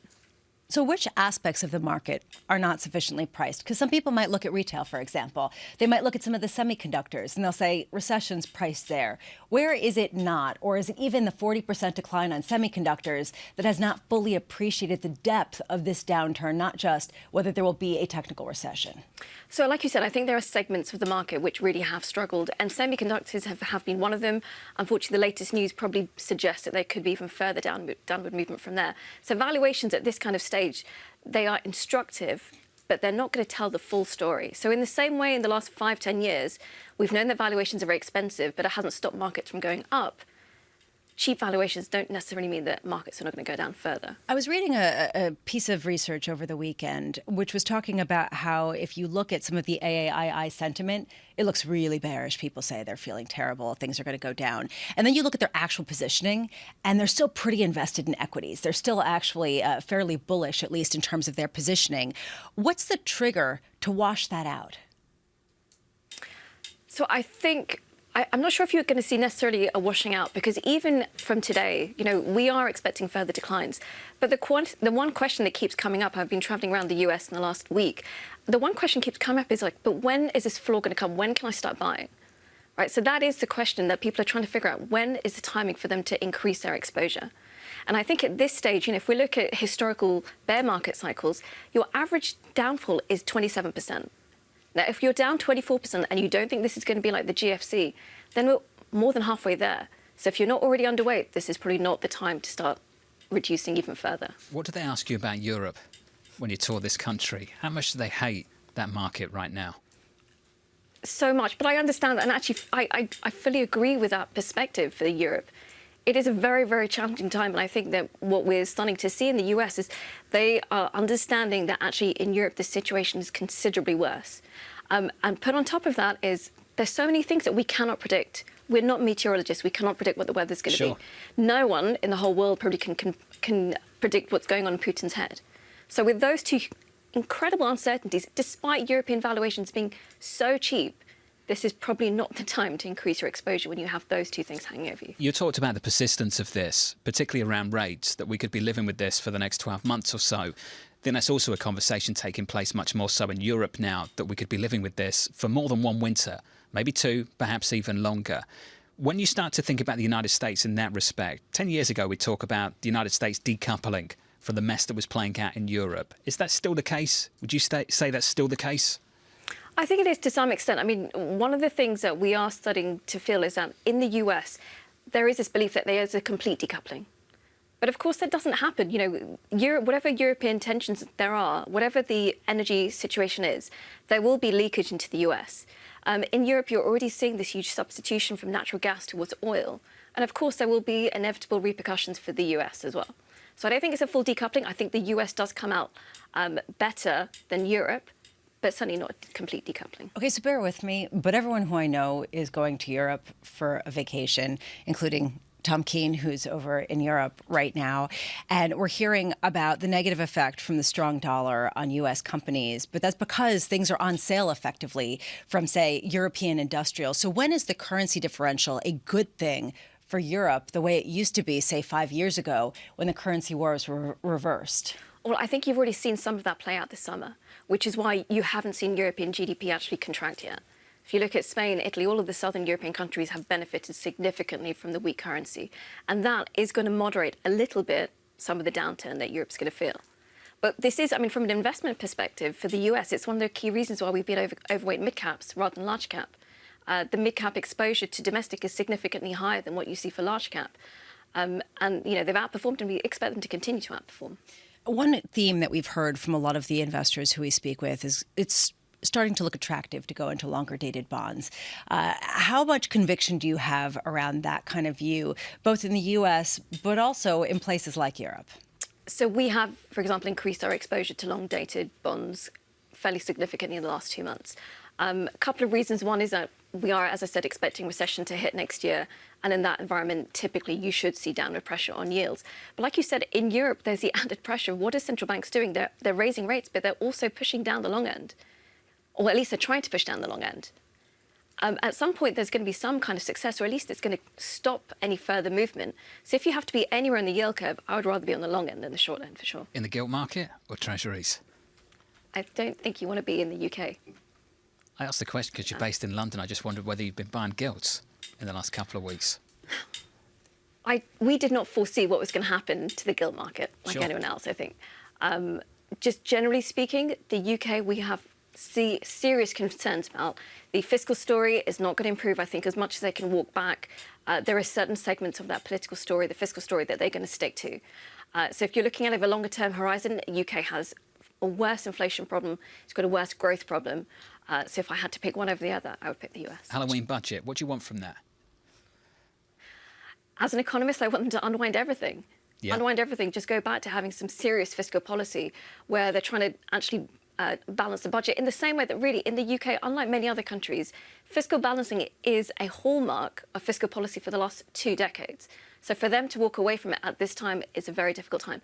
In 2 or 3 years' time, who knows, trickle-down economics could work. Do you think that everyone in the UK right now, you ask them about what's going on with the gilt market and they just sort of sigh and look at you like, please, can I just disappear right now? Don't buy the gilt market.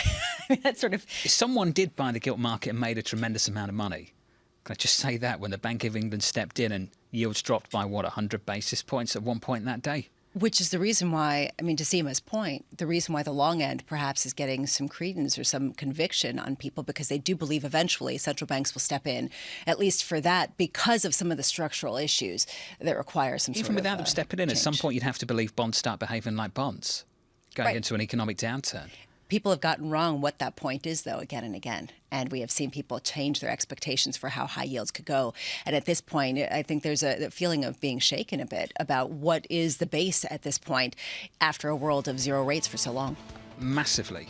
Zero confidence in a high volatility world. Zero confidence. A complete lack of conviction. Seema, thank you. Enjoy ringing the bell. You press a button, right? It's a button. I wish it was so disappointing. There's nothing cool about that, is there? Just sort of... I don't Technology. Power. Seema Shah, much better. Principal Asset Management, should go in with your own bell and just, shake things up. From New York City, this is Bloomberg.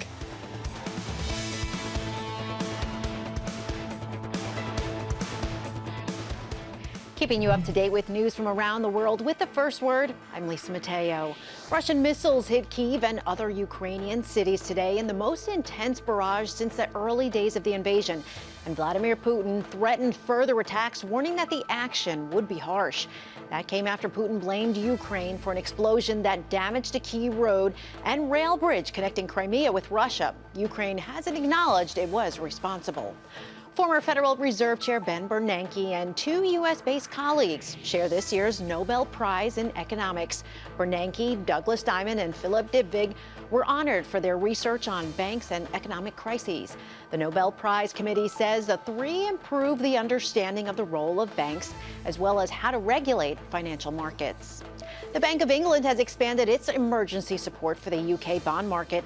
Its new steps to support gilts beyond this week are designed to broaden purchases. The BOE started bond buying last month after market turmoil caused by the government's unfunded tax cuts. Semiconductor stocks today across the globe fell. New U.S. limits on China's access to American technology added to a disappointing start to the earnings season. China says the measures are unfair and also will hurt U.S. companies. And the tight labor market is pushing more businesses to hire job seekers who have served time in prison. The Wall Street Journal points to recent data from the Society for Human Resource Management Foundation that shows 46% of professionals said they recruited people with criminal records more often than they did a year ago. About 600,000 people are released from federal and state prisons every year. Global news 24 hours a day on air and on Bloomberg Quick Take, powered by more than 2,700 journalists and analysts in more than 120 countries. I'm Lisa Mateo. This is Bloomberg.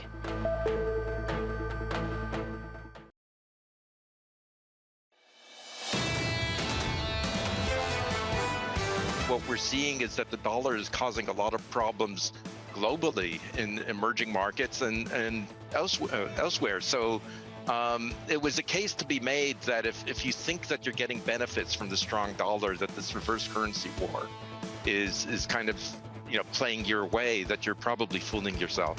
Steve Englander there, the global head of G10 FX research over at Standard Chartered, live from New York City this morning. Good morning. Lisa Abramowicz, Jonathan Ferro, TK back with us in a couple of days. Let's get you some price action briefly on the S&P 500, slightly negative. We're down 0.2%. Yields up almost a basis point in Germany, 220 on a German 10-year. Euro dollar breaking down here, 96.94. We're down 0.5%.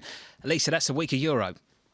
And how much is this because of what's happening with the acceleration in the conflict between Ukraine and Russia? And how much is this just because it seems like the ECB is even more between a rock and a hard place than the Federal Reserve with respect to not being able to tighten as much because of concerns about peripheral yields? And we see that with yields rising today pretty significantly. They meet again in about 2 weeks' time. Let's stay on this story and head over to Bloomberg's Maria Tadeo, standing by with a special guest. Hey, Maria. Jess, we are joined, of course, by the Dutch Deputy Prime Minister and Finance Minister, Sigrid Kaag. And, we talk about energy and the European economy every day on the show. But today we have to talk about Ukraine, because what we saw this morning is essentially a country that was blitzkrieged almost by Russia. When you see that, not just as a politician, but a European too, how does that make you feel? How do you respond to that? Well, I think on a human level, it is horrific. The indiscriminate shelling of innocent civilians, cities, constitute real violations, tangible violations of international law, humanitarian law, and I've heard the Commission already speak of war crimes. But our heart goes out to the people of Ukraine, and it's also very clear that their will not be broken, nor that of NATO or the European Union. We need to stand firm with Ukraine, particularly and even more so in the face of such cruelty and such war violations. And when you say we need to stand firm with Ukraine, does it mean sanctions stay put? Maybe they go in crescendo? That support financially will also materialize, not just on weapons, but the cash they say they need? Well, on all levels, politically, militarily, financially, the humanitarian support, there is one front. It's a European front and, of course, our NATO allies to make sure that the Ukrainian government and the Ukrainian people get what they need in order to withstand these atrocities. And of course, as we reported today, what they want is air defense systems, and Russia also branded us a terrorist state. But going into the impact that this has to in Europe, because we can feel it pretty much every day in the cost of living, food, crisis, inflation, energy bills. When you look at this blackmail in the hands of Russia, how do you respond to this economically? How can you alleviate some of the pressures if you can? Well, we do need to alleviate. We do need to also invest, of course, and support our own citizens, particularly because it can't be that the outcome of this war will be that our population is suffering, that they feel there might be a loss of support for this righteous effort to support peace and security and international law standing by the people of Ukraine, so it can't be. So we need to make money available. We need to have the right support packages, as we have been doing, each country in their own way, but often in a coordinated manner, because our own populations also need to be able to get through winter, and the response to blackmail can never be that we give in. And you mentioned the coordination, and that takes me perfectly to my next question. There has been, over the past week, a lot of debate in Europe about national measures are great, but not everyone has the same fiscal capacity. It's not a secret that Germany created a lot of tension with this 200 billion euro package, and there has been now calls that perhaps this merits new tools or a form of joint response. When you look at it from the Dutch perspective, how do you look at this? Well, in all fairness, we've also recently announced a very generous additional package in support of households and small to medium-term enterprises. And it's a temporary set of interventions, as is desirable by, for instance, the ECB or the IMF. If you support, if you help, do it tangible, do it targeted, and make it time-bound. But I also acknowledge that, of course, the pockets of every country are different. The fiscal space for every country is different. But many countries have undertaken similar measures, sometimes earlier, and you can't compare them one-on-one. What we've been trying to do as ministers of finance, and of course also in the informal meeting in Prague, the prime ministers, to see what we can do together, where the means can be found, and how we can take a longer-term view, because this crisis will be with us for quite some time. And the market, however, they're looking at potentially something that may not be a recovery fund, but may see, well, joint action or actions backed by the European Union's AAA rating. Is that something that you would contemplate?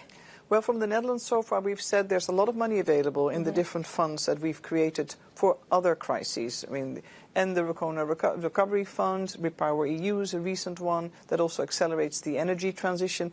There are billions and billions of funds available that have yet to be allocated. Let's look at that first, and let's see what our joint course of action will be. And at the same time, we always call for national government action where that's feasible. At the same time, we need to look towards debt sustainability, not just of our own country, but of the Eurozone as a whole. And that takes me to a final question that will be another point of debate here in the Euro area, which is debt to GDP. The idea was 60%, deficit below 3%. By now, it's almost clear that some countries are not going to get to those levels in a long time. And in a moment in time where you have to also invest in your own security, is that even doable? Are these targets, I mean, should we even take them seriously anymore? Well, the 3 to 60% are matters that are vested in the treaty. Let's focus, from my perspective, we've said that as the Netherlands and jointly with Spain, let's see what are credible debt reduction pathways that can be worked out at a national level, and at the same time look towards the reforms that are required that have been lagging and the investments that have often not taken place. In moments of crisis, we need to keep our eye on the ball, think long term, but at the same time we need to make sure that when you agree to a debt reduction pathway, tailored to your national economic and fiscal space, we also need to make sure that there's effective oversight, that if one doesn't align with the agreement set for oneself, that there are other measures. So it's a balancing act, and I'm looking forward to the real conversation once the Commission publishes its proposals end of this month. And this will be a real balancing act, especially as we see some of the yields jump across Europe. Minister, thank you so much for your time. Always appreciate it, and good to see you on Bloomberg TV. Jonathan? Hey, Maria, thank you. Wonderful work, as always. Maria today out there on the latest. I promised you that number a little bit earlier on German gas storage, the level at 94.07% as of October 10th, according to the regulator. It's always interesting to listen to them talk about the need for oversight on economic matters when it comes to the budget. And then when it comes to the absurd foreign policy mistakes made by countries like Germany that many other European nations have to pay for as well, this goes missing. I just think that it sounds a little bit hypocritical sometimes compared to where we were 10 years ago when the mistakes were made on the periphery and other mistakes have been made in the core. We seem to be having a very different conversation. That's why I wonder, it'll be interesting whether this time around, when there is some desire for lower yields in Italy, when there is some desire to perhaps loosen up the budget, whether there'll be a bit more openness on the part of the German members of the European project, just exactly to that point. Do you think the Spaniards, the Spanish, might have something to say about whether you should outsource economic security to China, energy security to Russia, defense to the United States? I'm sure that they will have something to say, and you're already seeing the pushback with respect to German popularity within the bloc. From New York, this is Bloomberg.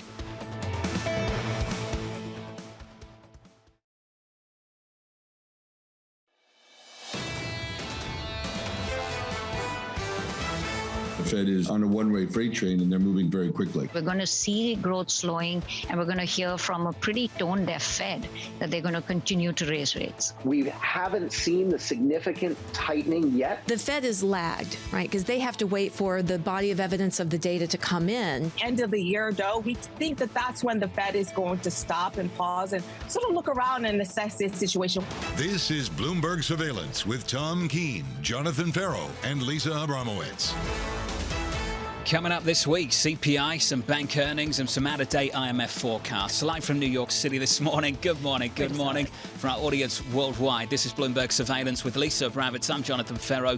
TK will be covering those out-of-date IMF forecasts a little bit later this week. That's not the promo. Tom will give you the promo in a few days' time. I'm looking at equities down about 0.2% on the S&P. I'm looking at a gilt market. Lisa, breaking down. Yields up and away. And it goes back to what we were talking about earlier in the show, this idea that they did move forward, the UK Treasury and the Bank of England, their plans to really extend some of the support for the market and then to release some of those projections early.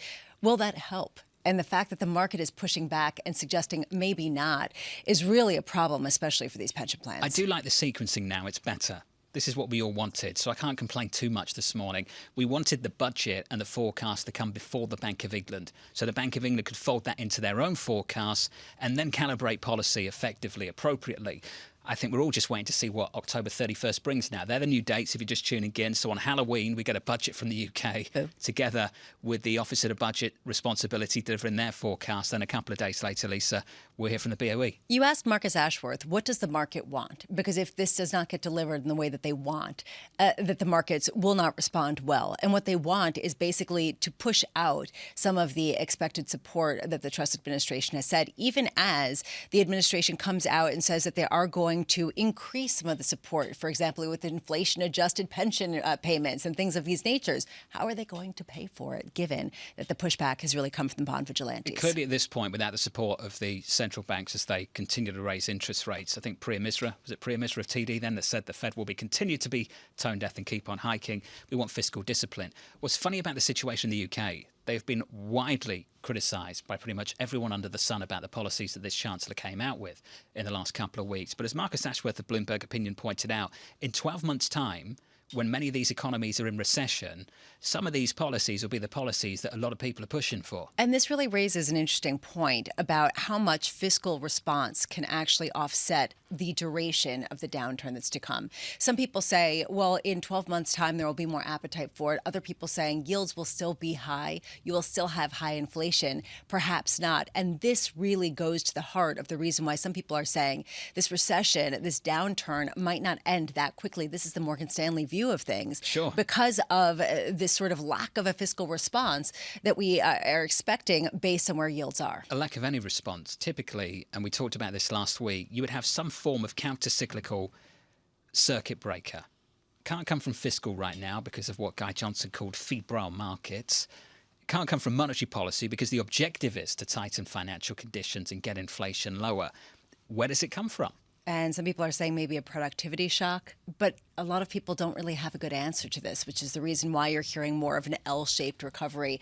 We heard that from Ellen Zentner last week, and that raises this issue of how much people can get confidence over longer-term returns in equities, and the reason why bonds are looking better to people. Yields up in the UK on a 10-year by 15 or 16 basis points, on a 30-year right now up by 22. Let's whip through the price action for you. Futures are negative 0.2% on the S&P. In the German bond market, yields higher by a basis point or so. Pretty muted price action over there. The Treasury market, of course, closed today stateside. Crude down 0.5%, $92. $92 after a monster rally through last week on WTI. And euro dollar 96.96. A 96 handle on the euro, Lisa, with negative 0.5%. And that pain, where is it coming from today? Is it because of the acceleration or the exacerbation of the conflict between Ukraine and Russia? Is it because of what's happening in Italy? Is it because of the prospects of possibly a difficult winter? I mean, what's on the margins going to cause this to shift one way or another? Toxic brew. Nodes of disapproval. Toxic brew. Nodes of discomfort. Vishy Tirupatur joins us now, the head of US fixed income research over at Morgan Stanley. Vishy, financial conditions tightening. We're looking at companies that, in some cases, are struggling to get the finance they might like across the economy. Vishy, we've talked a lot about monetary policy's role in all of this. Do you think something else is going on? I absolutely think, clearly it is right for us to talk about the continued policy tightening from the monetary policy perspective. I think it's also important to see what else is happening. At the same time as monetary policy is tightening, regulatory policy, particularly on banks by the Fed on the large cap US banks, is also tightening. What we took away from the CCAR stress tests is effectively a capital call on some of the large banks. That effectively translates into very substantial pressure on the risk-weighted assets that banks hold.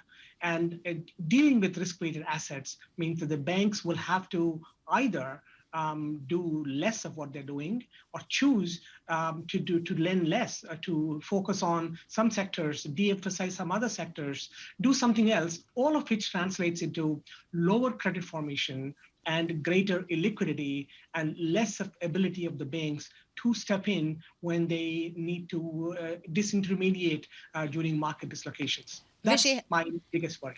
How much is this offset by all of the private investors, by all of the big firms out there that are not banks that have really emerged as primary lenders? It is a little bit of an offset, but not a sufficient offset. A large number of these private firms, non-banking lending, ultimately does require look to their exit in the form of securitizations or alternatives to that. And a lot of those vehicles still require banks to provide the senior leverage, by buying the senior tranches of these types of securitization products. And that's, again, a major challenge. And you've seen that, we're seeing that in every market that relies on bank participation to provide senior leverage, you're seeing spreads stay wide and stay sticky. Vishy, there's another dimension to this conversation. Given what you said about banks' inability to step in, who's holding the bag when things get really bad? Who has this exposure? Can we talk about that just a little bit more? Because Lisa and I have gone over this over the last few months, through much of this year. We've just unwound about 10 years, a decade's worth of stimulus in some cases, zero rates, negative rates, it's all gone. Trillions of worth of QE, it's all gone. The bond market bubble, it's blown up. Vishy, I'm still trying to work out who's holding the bag. Where's the leverage? Where's it sitting? It's a hard question to answer, John. I think we found out from the 2 weeks ago with the response in the gilt market is that this type of dislocation could very quickly translate into forcing a policy U-turn, both from the fiscal side and to some extent on the part of the on the monetary policy side, central bank intervention. All of that points to potential for an accident is certainly high. Vishy, is this bullish or bearish for credit? I mean, on one hand, it's bearish because it could lead to a widening of spreads, a lack of lending, the potential for more insolvencies. On the other hand, it signals a policy response that right now seems like it's not on the table. It's not on the table. I think we are on the margin. We are bearish credit in the sense that spreads. We are looking for credit premia to get wider. But I want to be distinguished between the spreads and yields.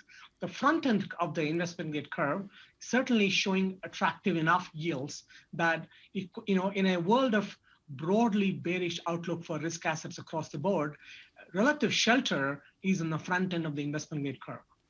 Vishy, wonderful to hear from you, sir. Just a final one from me. 75 nailed on for you and the team at the Fed's next meeting. Does CPI matter this week? Probably not. In my opinion, if our expectations on CPI hold, 75 is on. Vishy Tripatur of Morgan Stanley. Vishy, thank you, mate. As always, good to catch up, buddy. 75 nailed on seems to be the take from most people we speak to at the moment, Lisa, for the Fed's next move. There is, though, dissent around the margins where there is a shift in tone away from the Fed needs to keep going incredibly aggressively. They're way behind the curve. An increasing number of people who kind of agree with Tom Porcelli and believe this feeling that perhaps things are moving much faster, much more quickly than the hard data is suggesting. And the Fed might be over-tightening. And this is new. And I'm hearing this from more people out there, that could be a policy error on the other side. I wonder if we start to see this on the committee anytime soon, who've all been sharing the same speech over the last month or so, whether we start to see that dissent start to grow just a little bit more and show up in the minutes and elsewhere? It's a great question because right now we're hearing a very cohesive message, and perhaps this is to try to regain some credibility. But we're going to be speaking with Bill Dudley coming up, and he put out a column that really seems to echo what Mohamed El-Erian was saying over the weekend, which is the Fed made a mistake and it needs to acknowledge its policy errors that is the cause of the reason why they have to go as hard as they do in terms of tightening policy now, and that if they're more transparent with that, it might regain the credibility that they need to make the steps necessary to bring this economy into the right way. He wants a mea culpa from the Federal Reserve to explain why they've had to do 300 basis points worth of tightening in 6 months and possibly 400 basis points in 9. I get it. Bill is also asking, though, to convey more clearly the amount of pain that people should expect in the economy as well. I think it's very difficult to issue a mea culpa and then say, oh, and by the way, there's going to be a lot of pain because of what we did. Those two things make things even more uncomfortable for this Fed. But perhaps it will achieve the outcome that they want. This is the perverse aspect of it. It will achieve the outcome that they want more quickly than if the market still doesn't buy that they have conviction in what they're doing. Coming up, Bill Dudley, formerly of the New York Federal Reserve and now Bloomberg opinion columnist this morning. He says the Federal Reserve owes the world a mea culpa. That conversation is coming up shortly. Live from New York, this is Bloomberg. Keeping you up to date with news from around the world with the first word, I'm Lisa Mateo. Vladimir Putin is threatening more attacks against Ukrainian infrastructure after Russian missiles struck Kyiv and other cities today. The missile barrage was the most intense since the early days of the war. The attacks came after Putin blamed Ukraine for an explosion on a key bridge link between the Russian mainland and Crimea. Ukraine hasn't claimed responsibility, but within hours, it commemorated the blast with a new postage stamp. In the UK, Chancellor of the Exchequer, Kwasi Kwarteng, is taking steps to calm financial markets following a turbulent period. Kwarteng will announce his medium-term fiscal strategy and economic forecast on October 31st. That's more than 3 weeks before he had originally planned. Over in Germany, an advisory group is urging the government to subsidize as much as 80% of natural gas consumption for households and companies early next year. It would be part of a $194 billion aid package. The German government will review the recommendations and issue a decision in the coming weeks. It's another sign that North Korea is preparing for its first atomic test in 5 years. Kim Jong-un says he launched a new ballistic missile and simulated tactical nuclear strikes during recent military drills. Kim called the exercises a severe warning to the U.S. and its allies. Former Federal Reserve Chair Ben Bernanke is one of 3 people to share this year's Nobel Prize in Economics. Bernanke, Douglas Diamond, and Philip Dybvig were honored for their research on banks and economic crises. The 3 will share an $885,000 award. Global news 24 hours a day on air and on Bloomberg Quick Take, powered by more than 2,700 journalists and analysts in more than 120 countries. I'm Lisa Mateo. This is Bloomberg.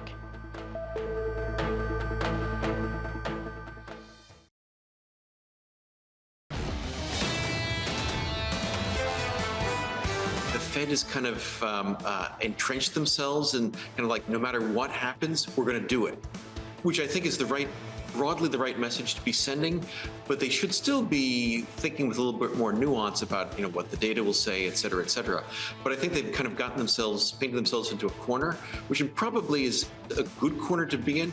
Ronnie Krosner there, former Fed governor, weighing in on the situation of the Federal Reserve. Premier of TD on Friday put it well, at least from her standpoint, that they're being tone deaf, and no matter what the data is, they'll keep on hiking. Exactly, which is the reason why they're making a policy error on the front end and on the back end. That's the accusation from a lot of people who think that they're going to have to make a policy error on tightening too quickly because of the errors that they made, not raising rates hard to look through enough. Yeah, exactly. An 8 handle on CPI if we get it again this Thursday, isn't it? And this question around whether we've seen peak inflation, right? I mean, Sure. some people actually questioning that premise, not only with core, but even with headlines. Should we get some sort of spike in energy prices heading into the winter? Snoozy morning stateside in the market. Bond market's closed, equity market's not doing much, because what can the equity market do without the cues coming from the bond market, right? Basically, you know, trust the bond. Trust the bond market. Bonds, is yeah. that right? Exactly. That's what did Marcus say? If you're in fixed income. What did he say? You need to respect the bonds. Respect the bonds. Respect the bonds. No bonds open to respect. In Germany, there are. Yields up by 3 or 4 basis points on a 10-year to 2.23. Over in the UK, the gilt market at the long end up around about 20 basis points. Euro dollar 96.99, negative 0.5%. Spreads Italy versus Germany in and around 250 through much of this morning. Wides of the year. That might be a problem. Here's one for you from Bill Dudley, the headline of his latest piece. The Federal Reserve owes the world a mea culpa. Bill Dudley, Bloomberg opinion columnist and former New York Fed president, a good friend of this programme as well, joined us right now. Bill, let's start there. A mea culpa. What do you want that to look like? I think the Fed needs to explain to the world what went wrong. Why are we having to raise rates off 400 basis points this year, 4 percentage points this year? That's a huge amount of tightening in a short period of time, and is evidence that the Fed was very late. The Fed made a couple mistakes. Number one, how they implemented their 2% average inflation regime. They basically tied their hands and said we can't raise rates until a whole bunch of things happen. Number two, they made some important forecasting errors, both on inflation and on the tightness of the labor market. I think, doing a mea culpa, I think is important to basically build the Fed's credibility for the future. If you don't admit error, how can you be confident that the central bank won't make a whole nother mistake next time? Bill, do you think they can do both that and do something which you asked them to do a number of weeks ago, which is to be much more open about the pain that this country, this economy is about to go through? And I wonder if they do both. You say it enhances credibility. Do you think it also invites questions about whether it should retain its independence? Well, I think you want the central bank to retain its independence because you don't want monetary policy to be politicized. If monetary policy becomes politicized, you're going to have even worse monetary policy than we've gotten over the last couple of years.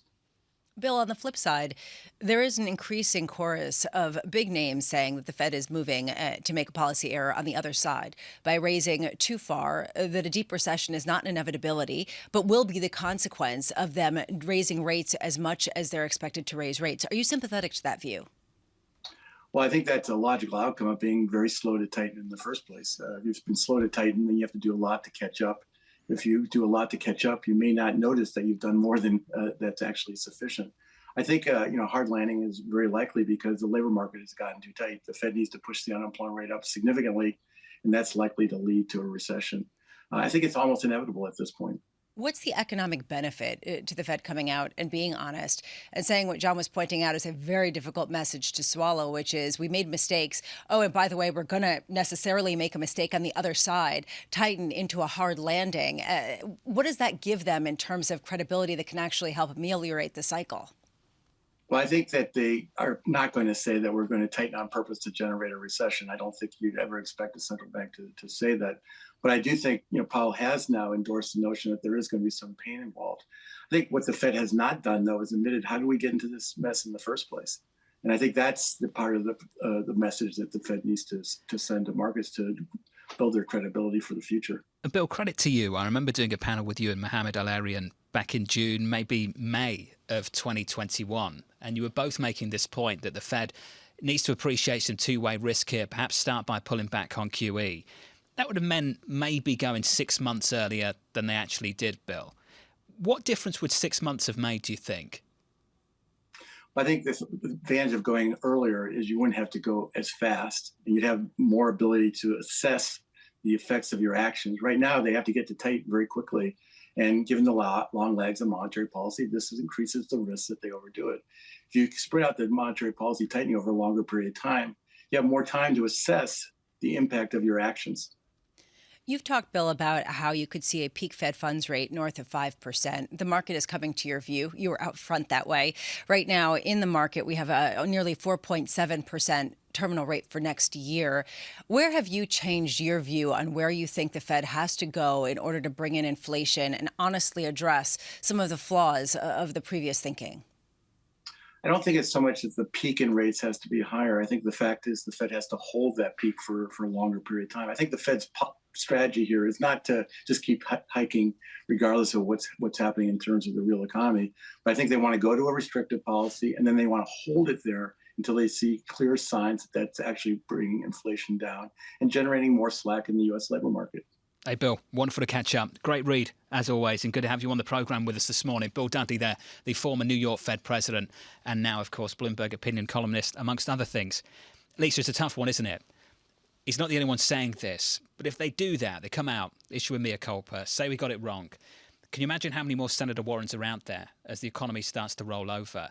And I think if you focus too much on the Federal Reserve, you're not focusing enough on some of the fiscal errors that were made over the last couple of years as well. Agreed. In terms of additional rounds of stimulus that may not have gone to exactly the efforts that perhaps really helped reignite the economy, but just simply gave people money to spend at a time when the economy wasn't open.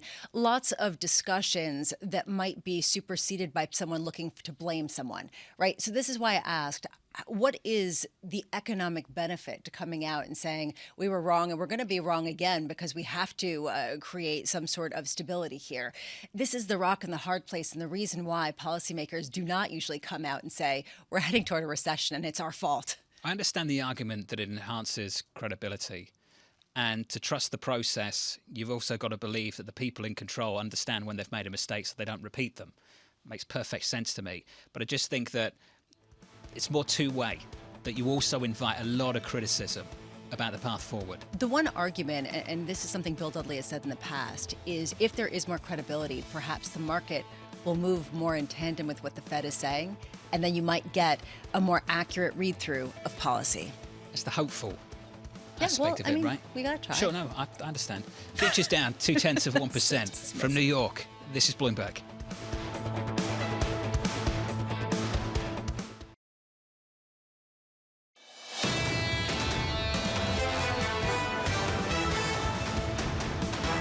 The CPI in America coming up later this week. Then it's on to bank earnings on Friday with JP Morgan in focus. Before we get there this Monday morning, this is what the price action looks like on the S&P 500. Slightly negative on the S&P. We're down around about 0.1%. In the bond market, treasuries closed.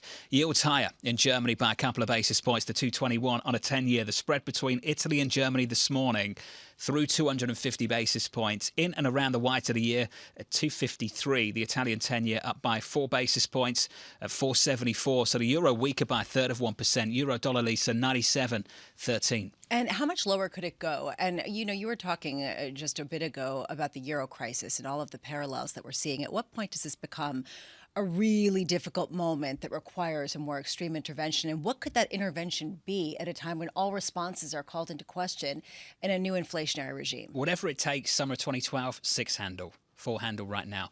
Hard to compare the two eras, the two bond markets, apples to apples, not quite, but it gives you an idea of where we are now versus where we were then. And then this goes to how much can this particular debt cycle withstand a 6% rate? And I get your point that a lot of companies and a lot of nations have pushed out maturities. Is that good enough? Resilience. Right? Don't you see that word everywhere? Everywhere. In Southside research, resilience. Resilience. It's more resilient than it was. Is it just delayed? Is it a delayed reaction? Is it resilience or delayed? Jill Moe's going to join us now. Feels like Euro crisis all over again, except it's different. Chief economist at AXA Investment Managers. Jill, let's start there. Let's just start with the key differences between what we're facing now and what we faced back then.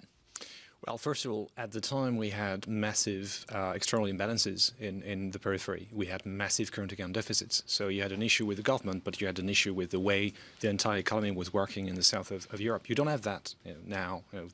Those countries have really done a good job at reestablishing a proper external position. The other big difference is that we have different instruments.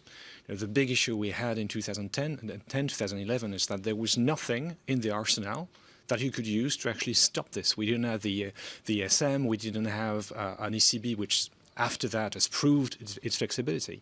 So there was this scramble to finding institutional solutions in just a matter of months. Now at least we know that we can rely on those emergency mechanisms if things get to the point that we need to use them. And I think the market knows it, and that explains. It's one of the reasons why we haven't seen, for instance, a lot of contagion moving away from Italy and affecting other countries in the south. We know that the instruments are there. They came up with OMT with Draghi in the summer of 2012, and the beauty of OMT is it never got activated, never had to be used. This summer they came up with TPI, the Transmission Protection Instrument. Is that right? Yes. TPI? Okay. When does TPI start to become a real consideration? 250 basis points of spread right now. I'm just trying to wonder, what's the threshold when that starts to kick in? They've never been clear on this, and they don't want to be clear on this. I'm talking about the ECB, obviously. There's an awful lot of discretion there. My guess is that it's not just a case of the level of the spread or the level of interest rates, it's the speed at which things are moving, and so far it's been fairly contained. The biggest issue for me with TPI is actually not of a technical nature, it's political. The way TPI has been designed, it's definitely not done in a way that would protect the government against its own mistakes. And that's the issue. If you could come up with a situation where the market is punishing a state for things which it has not even done or announced, then TPI is probably there. If a government is doing stuff which is triggering a sort of rational reaction by the market, then TPI is probably not the right instrument, and then you need to go to MT. But so far, at least, the news that we have from Italy, which is the biggest issue in there, is that the government, the new government, we don't have one yet, but the noises we got from the new majority, is that they want to be prudent. So if they don't make big policy announcements that would make the ECB nervous, they could actually benefit from TPI. And there's the relationship with the market that you can build on that.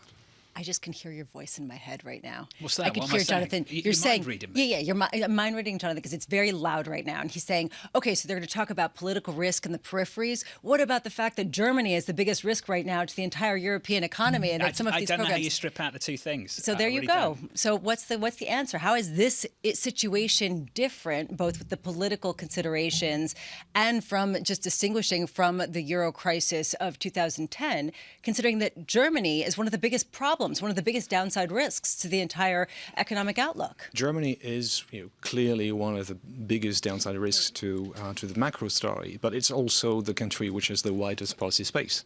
And they are using their policy space quite a lot. I mean, you've seen the announcements that we had last week from the German government. They still can mitigate a lot of the current pressure that they get from gas prices with the billions that they are about to spend. So in this case, yes, it's quite negative of the last 2-3 quarters.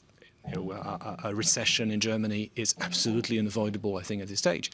But we know that they can deal with this on their own forces, which is not something that we have in other countries. That's the big difference. Although you do have to wonder how much higher inflation is going to be for a longer period of time, given the fiscal response in Germany, and that the political pressure from the peripheral regions will say, if you guys can have such a big fiscal response, we can too, because you're going to just let us, suffer as we finance your deficit by bringing down the cost of your financing through a weaker euro? A key issue there, I think, is whether all this triggers another round of debt mutualization in Europe, which is definitely what we need to see.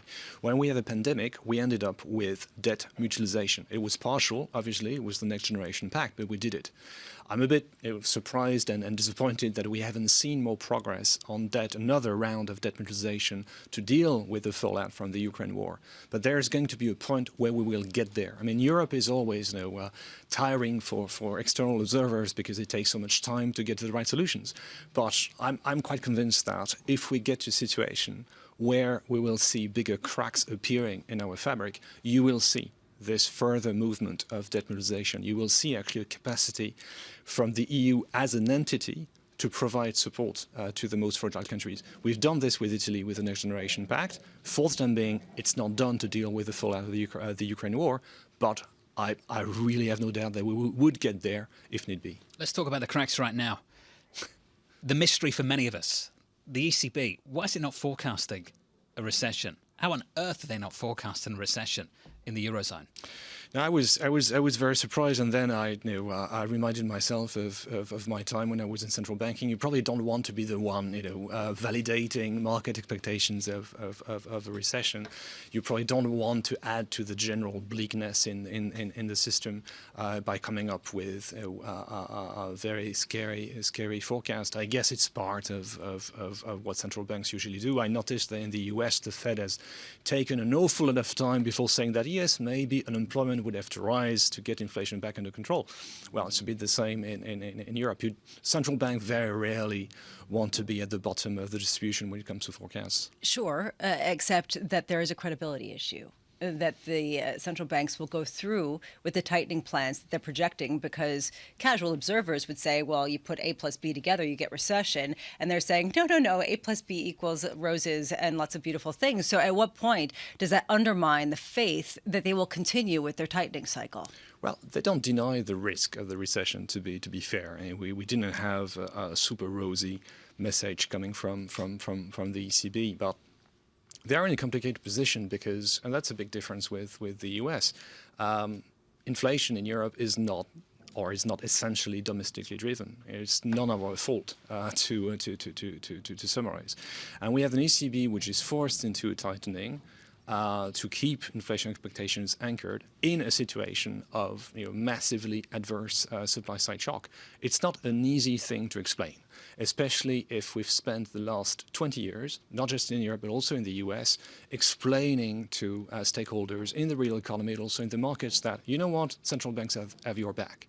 And this time, no, sorry, central banks cannot have your back because there's an inflation issue, there's an inflation expectations issue, and central banks are not going to be your friend.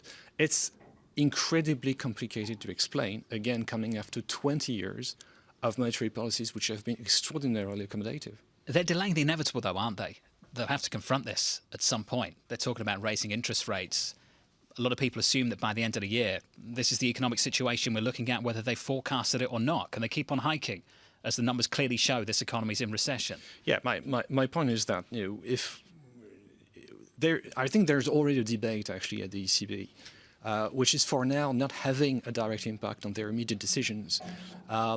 They all agree on the idea that our monetary stance was super accommodative. You bring it, let's say, to the upper end of the neutral range. And then this is where the differences appear. You have those who are going to say, I don't care, I just continue hiking as long as inflation's there. And others, and I would probably agree with those who would say, look, once we've brought our policy rate at the upper end of the neutral range, let's stop a while, let's pause, and let's see how things happen.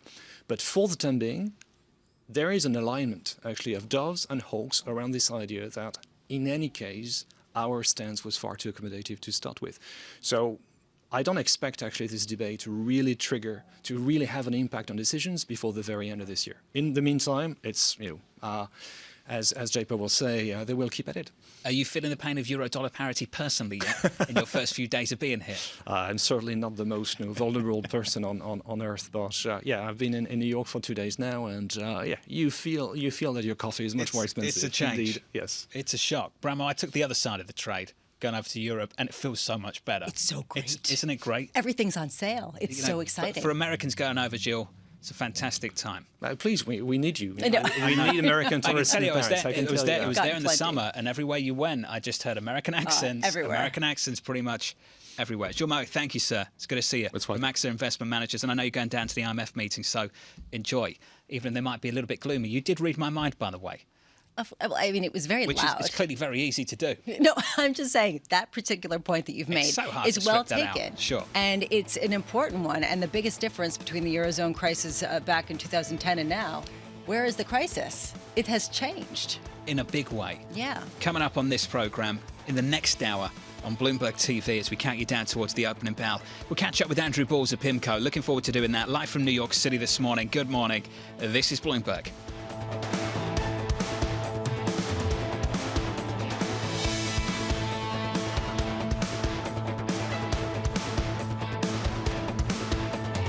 Keeping you up to date with news from around the world with the first word, I'm Lisa Mateo. Russian missiles hit Kyiv and other Ukrainian cities today in the most intense barrage since the early days of the invasion. And Vladimir Putin threatened further attacks, warning that the action would be harsh. That came after Putin blamed Ukraine for an explosion that damaged a key road and rail bridge connecting Crimea with Russia. Ukraine hasn't acknowledged it was responsible for that. Former Federal Reserve Chair Ben Bernanke and two U.S.-based colleagues share this year's Nobel Prize in Economics. Bernanke, Douglas Diamond, and Philip Dybvig were honored for their research on banks and economic crises. The Nobel Prize Committee says the three improve the understanding of the role of banks, as well as how to regulate financial markets. The Bank of England has expanded its emergency support for the UK bond market. Its new steps to support gilts beyond this week are designed to broaden purchases.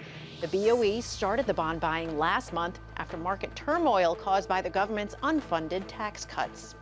The UK's financial watchdog is asking banks more questions about their staff's use of private messaging services.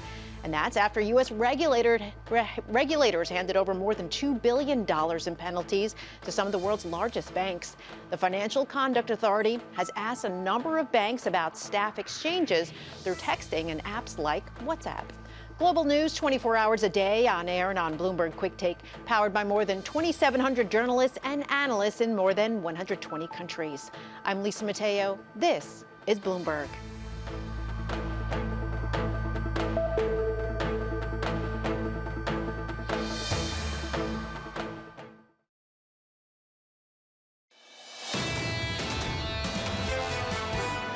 We do expect the market to remain volatile. You know, these rallies that we're seeing, we continue to expect them to fade. I mean, the Fed remains determined to bring down inflation, and they have been clear to us that they will not blink nor even wink. And so even at the expense of Nadia growth. Lovell, senior U.S. equity strategist at UBS Global Wealth Management, speaking with us on Friday.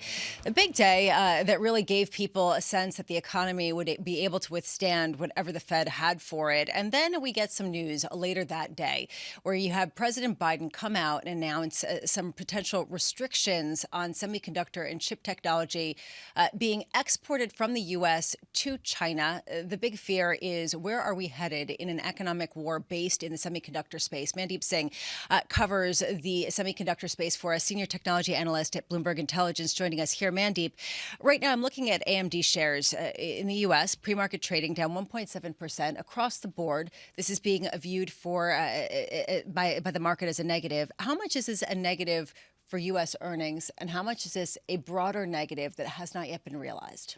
Well, so look, they pre-announced last week, and the focus was on weakness in the client segment, which is the PCs, where we think there was a pull forward.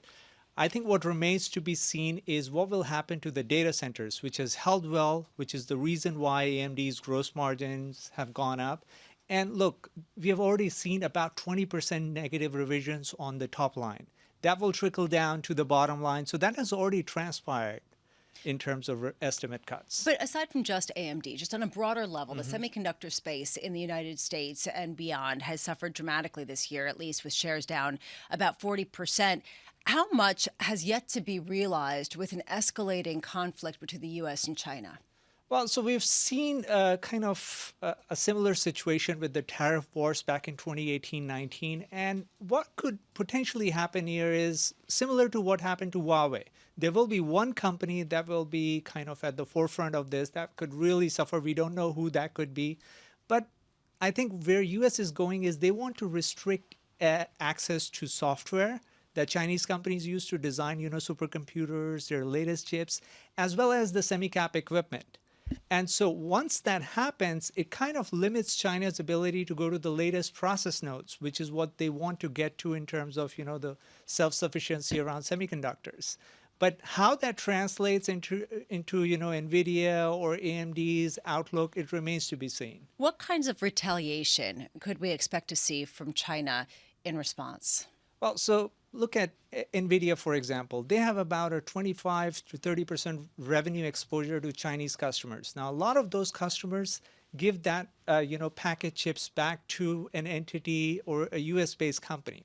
So clearly, it will trickle down. But there are Chinese customers that will be impacted, and that will have, a cascading effect in terms of what that will do down the line. How significant of a deal is this? Because when I read this on Friday, that this came out, I thought this was a pretty big escalation in something that we've been hearing all year. How did you view it? Well, so this one in particular was focused on the leading nodes. And what I mean by that is China is trying to create their own supercomputers. They want to be in the lead when it comes to the latest, AI and machine learning and all the kind of the latest servers that they can design.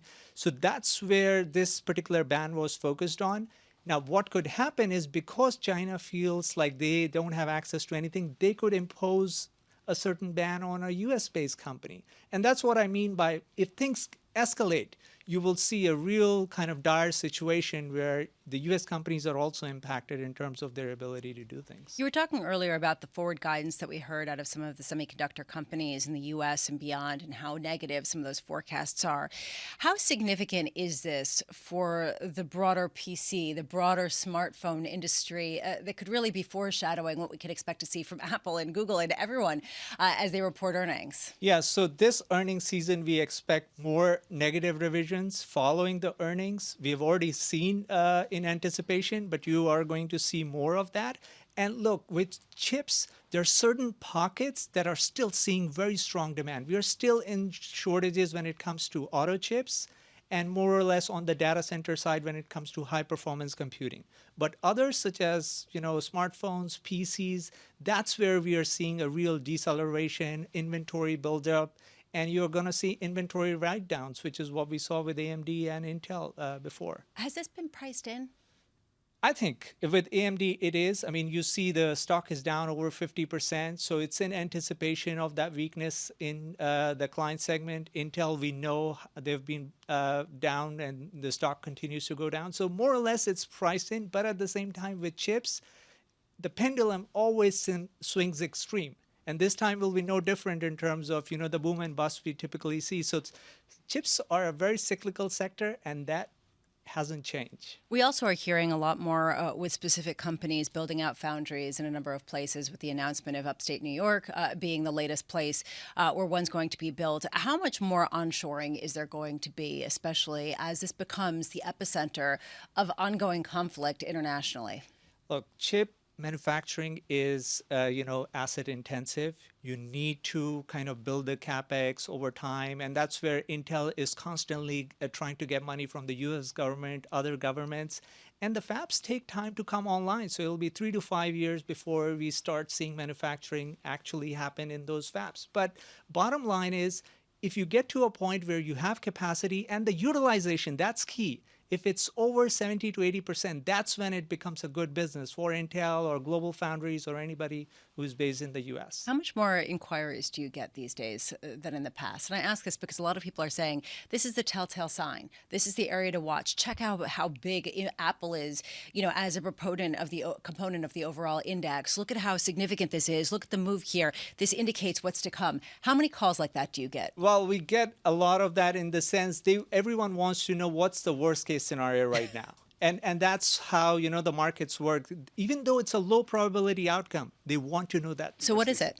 Well, in the case of Apple, we know over 98% of their goods are made in China. And, TSMC in China is a big factor. So even though they're trying to move stuff out of China into Vietnam and India, but it's still, the worst case scenario is pretty extreme here in terms of the stock outcome. So going forward, which company are you most focused on in terms of a possible surprise?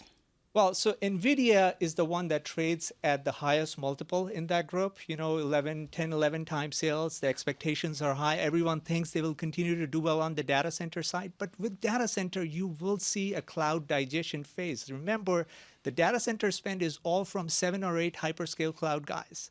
And they will pare back. They've been spending, above capacity for a while because the demand was so huge in terms of digital transformation and post-pandemic event. They will cut back. There will be a digestion phase, and then things will resume. But when that digestion phase happens, I think NVIDIA is probably at the forefront of that exposure. Mandeep Singh, thank you so much for being with us, and good luck with all of those worst case scenarios that people are looking to find out. I can empathize with that. Just what's my base case? What's my bear case? Coming up on Balance of Power on Bloomberg TV and Radio, Wendy Cutler, Vice President and Managing Director at the Asia Society, as we continue to digest the ongoing ratcheting up in tensions, what some people are calling the economic war with semiconductor at the heart of it. From New York, this is Bloomberg Surveillance.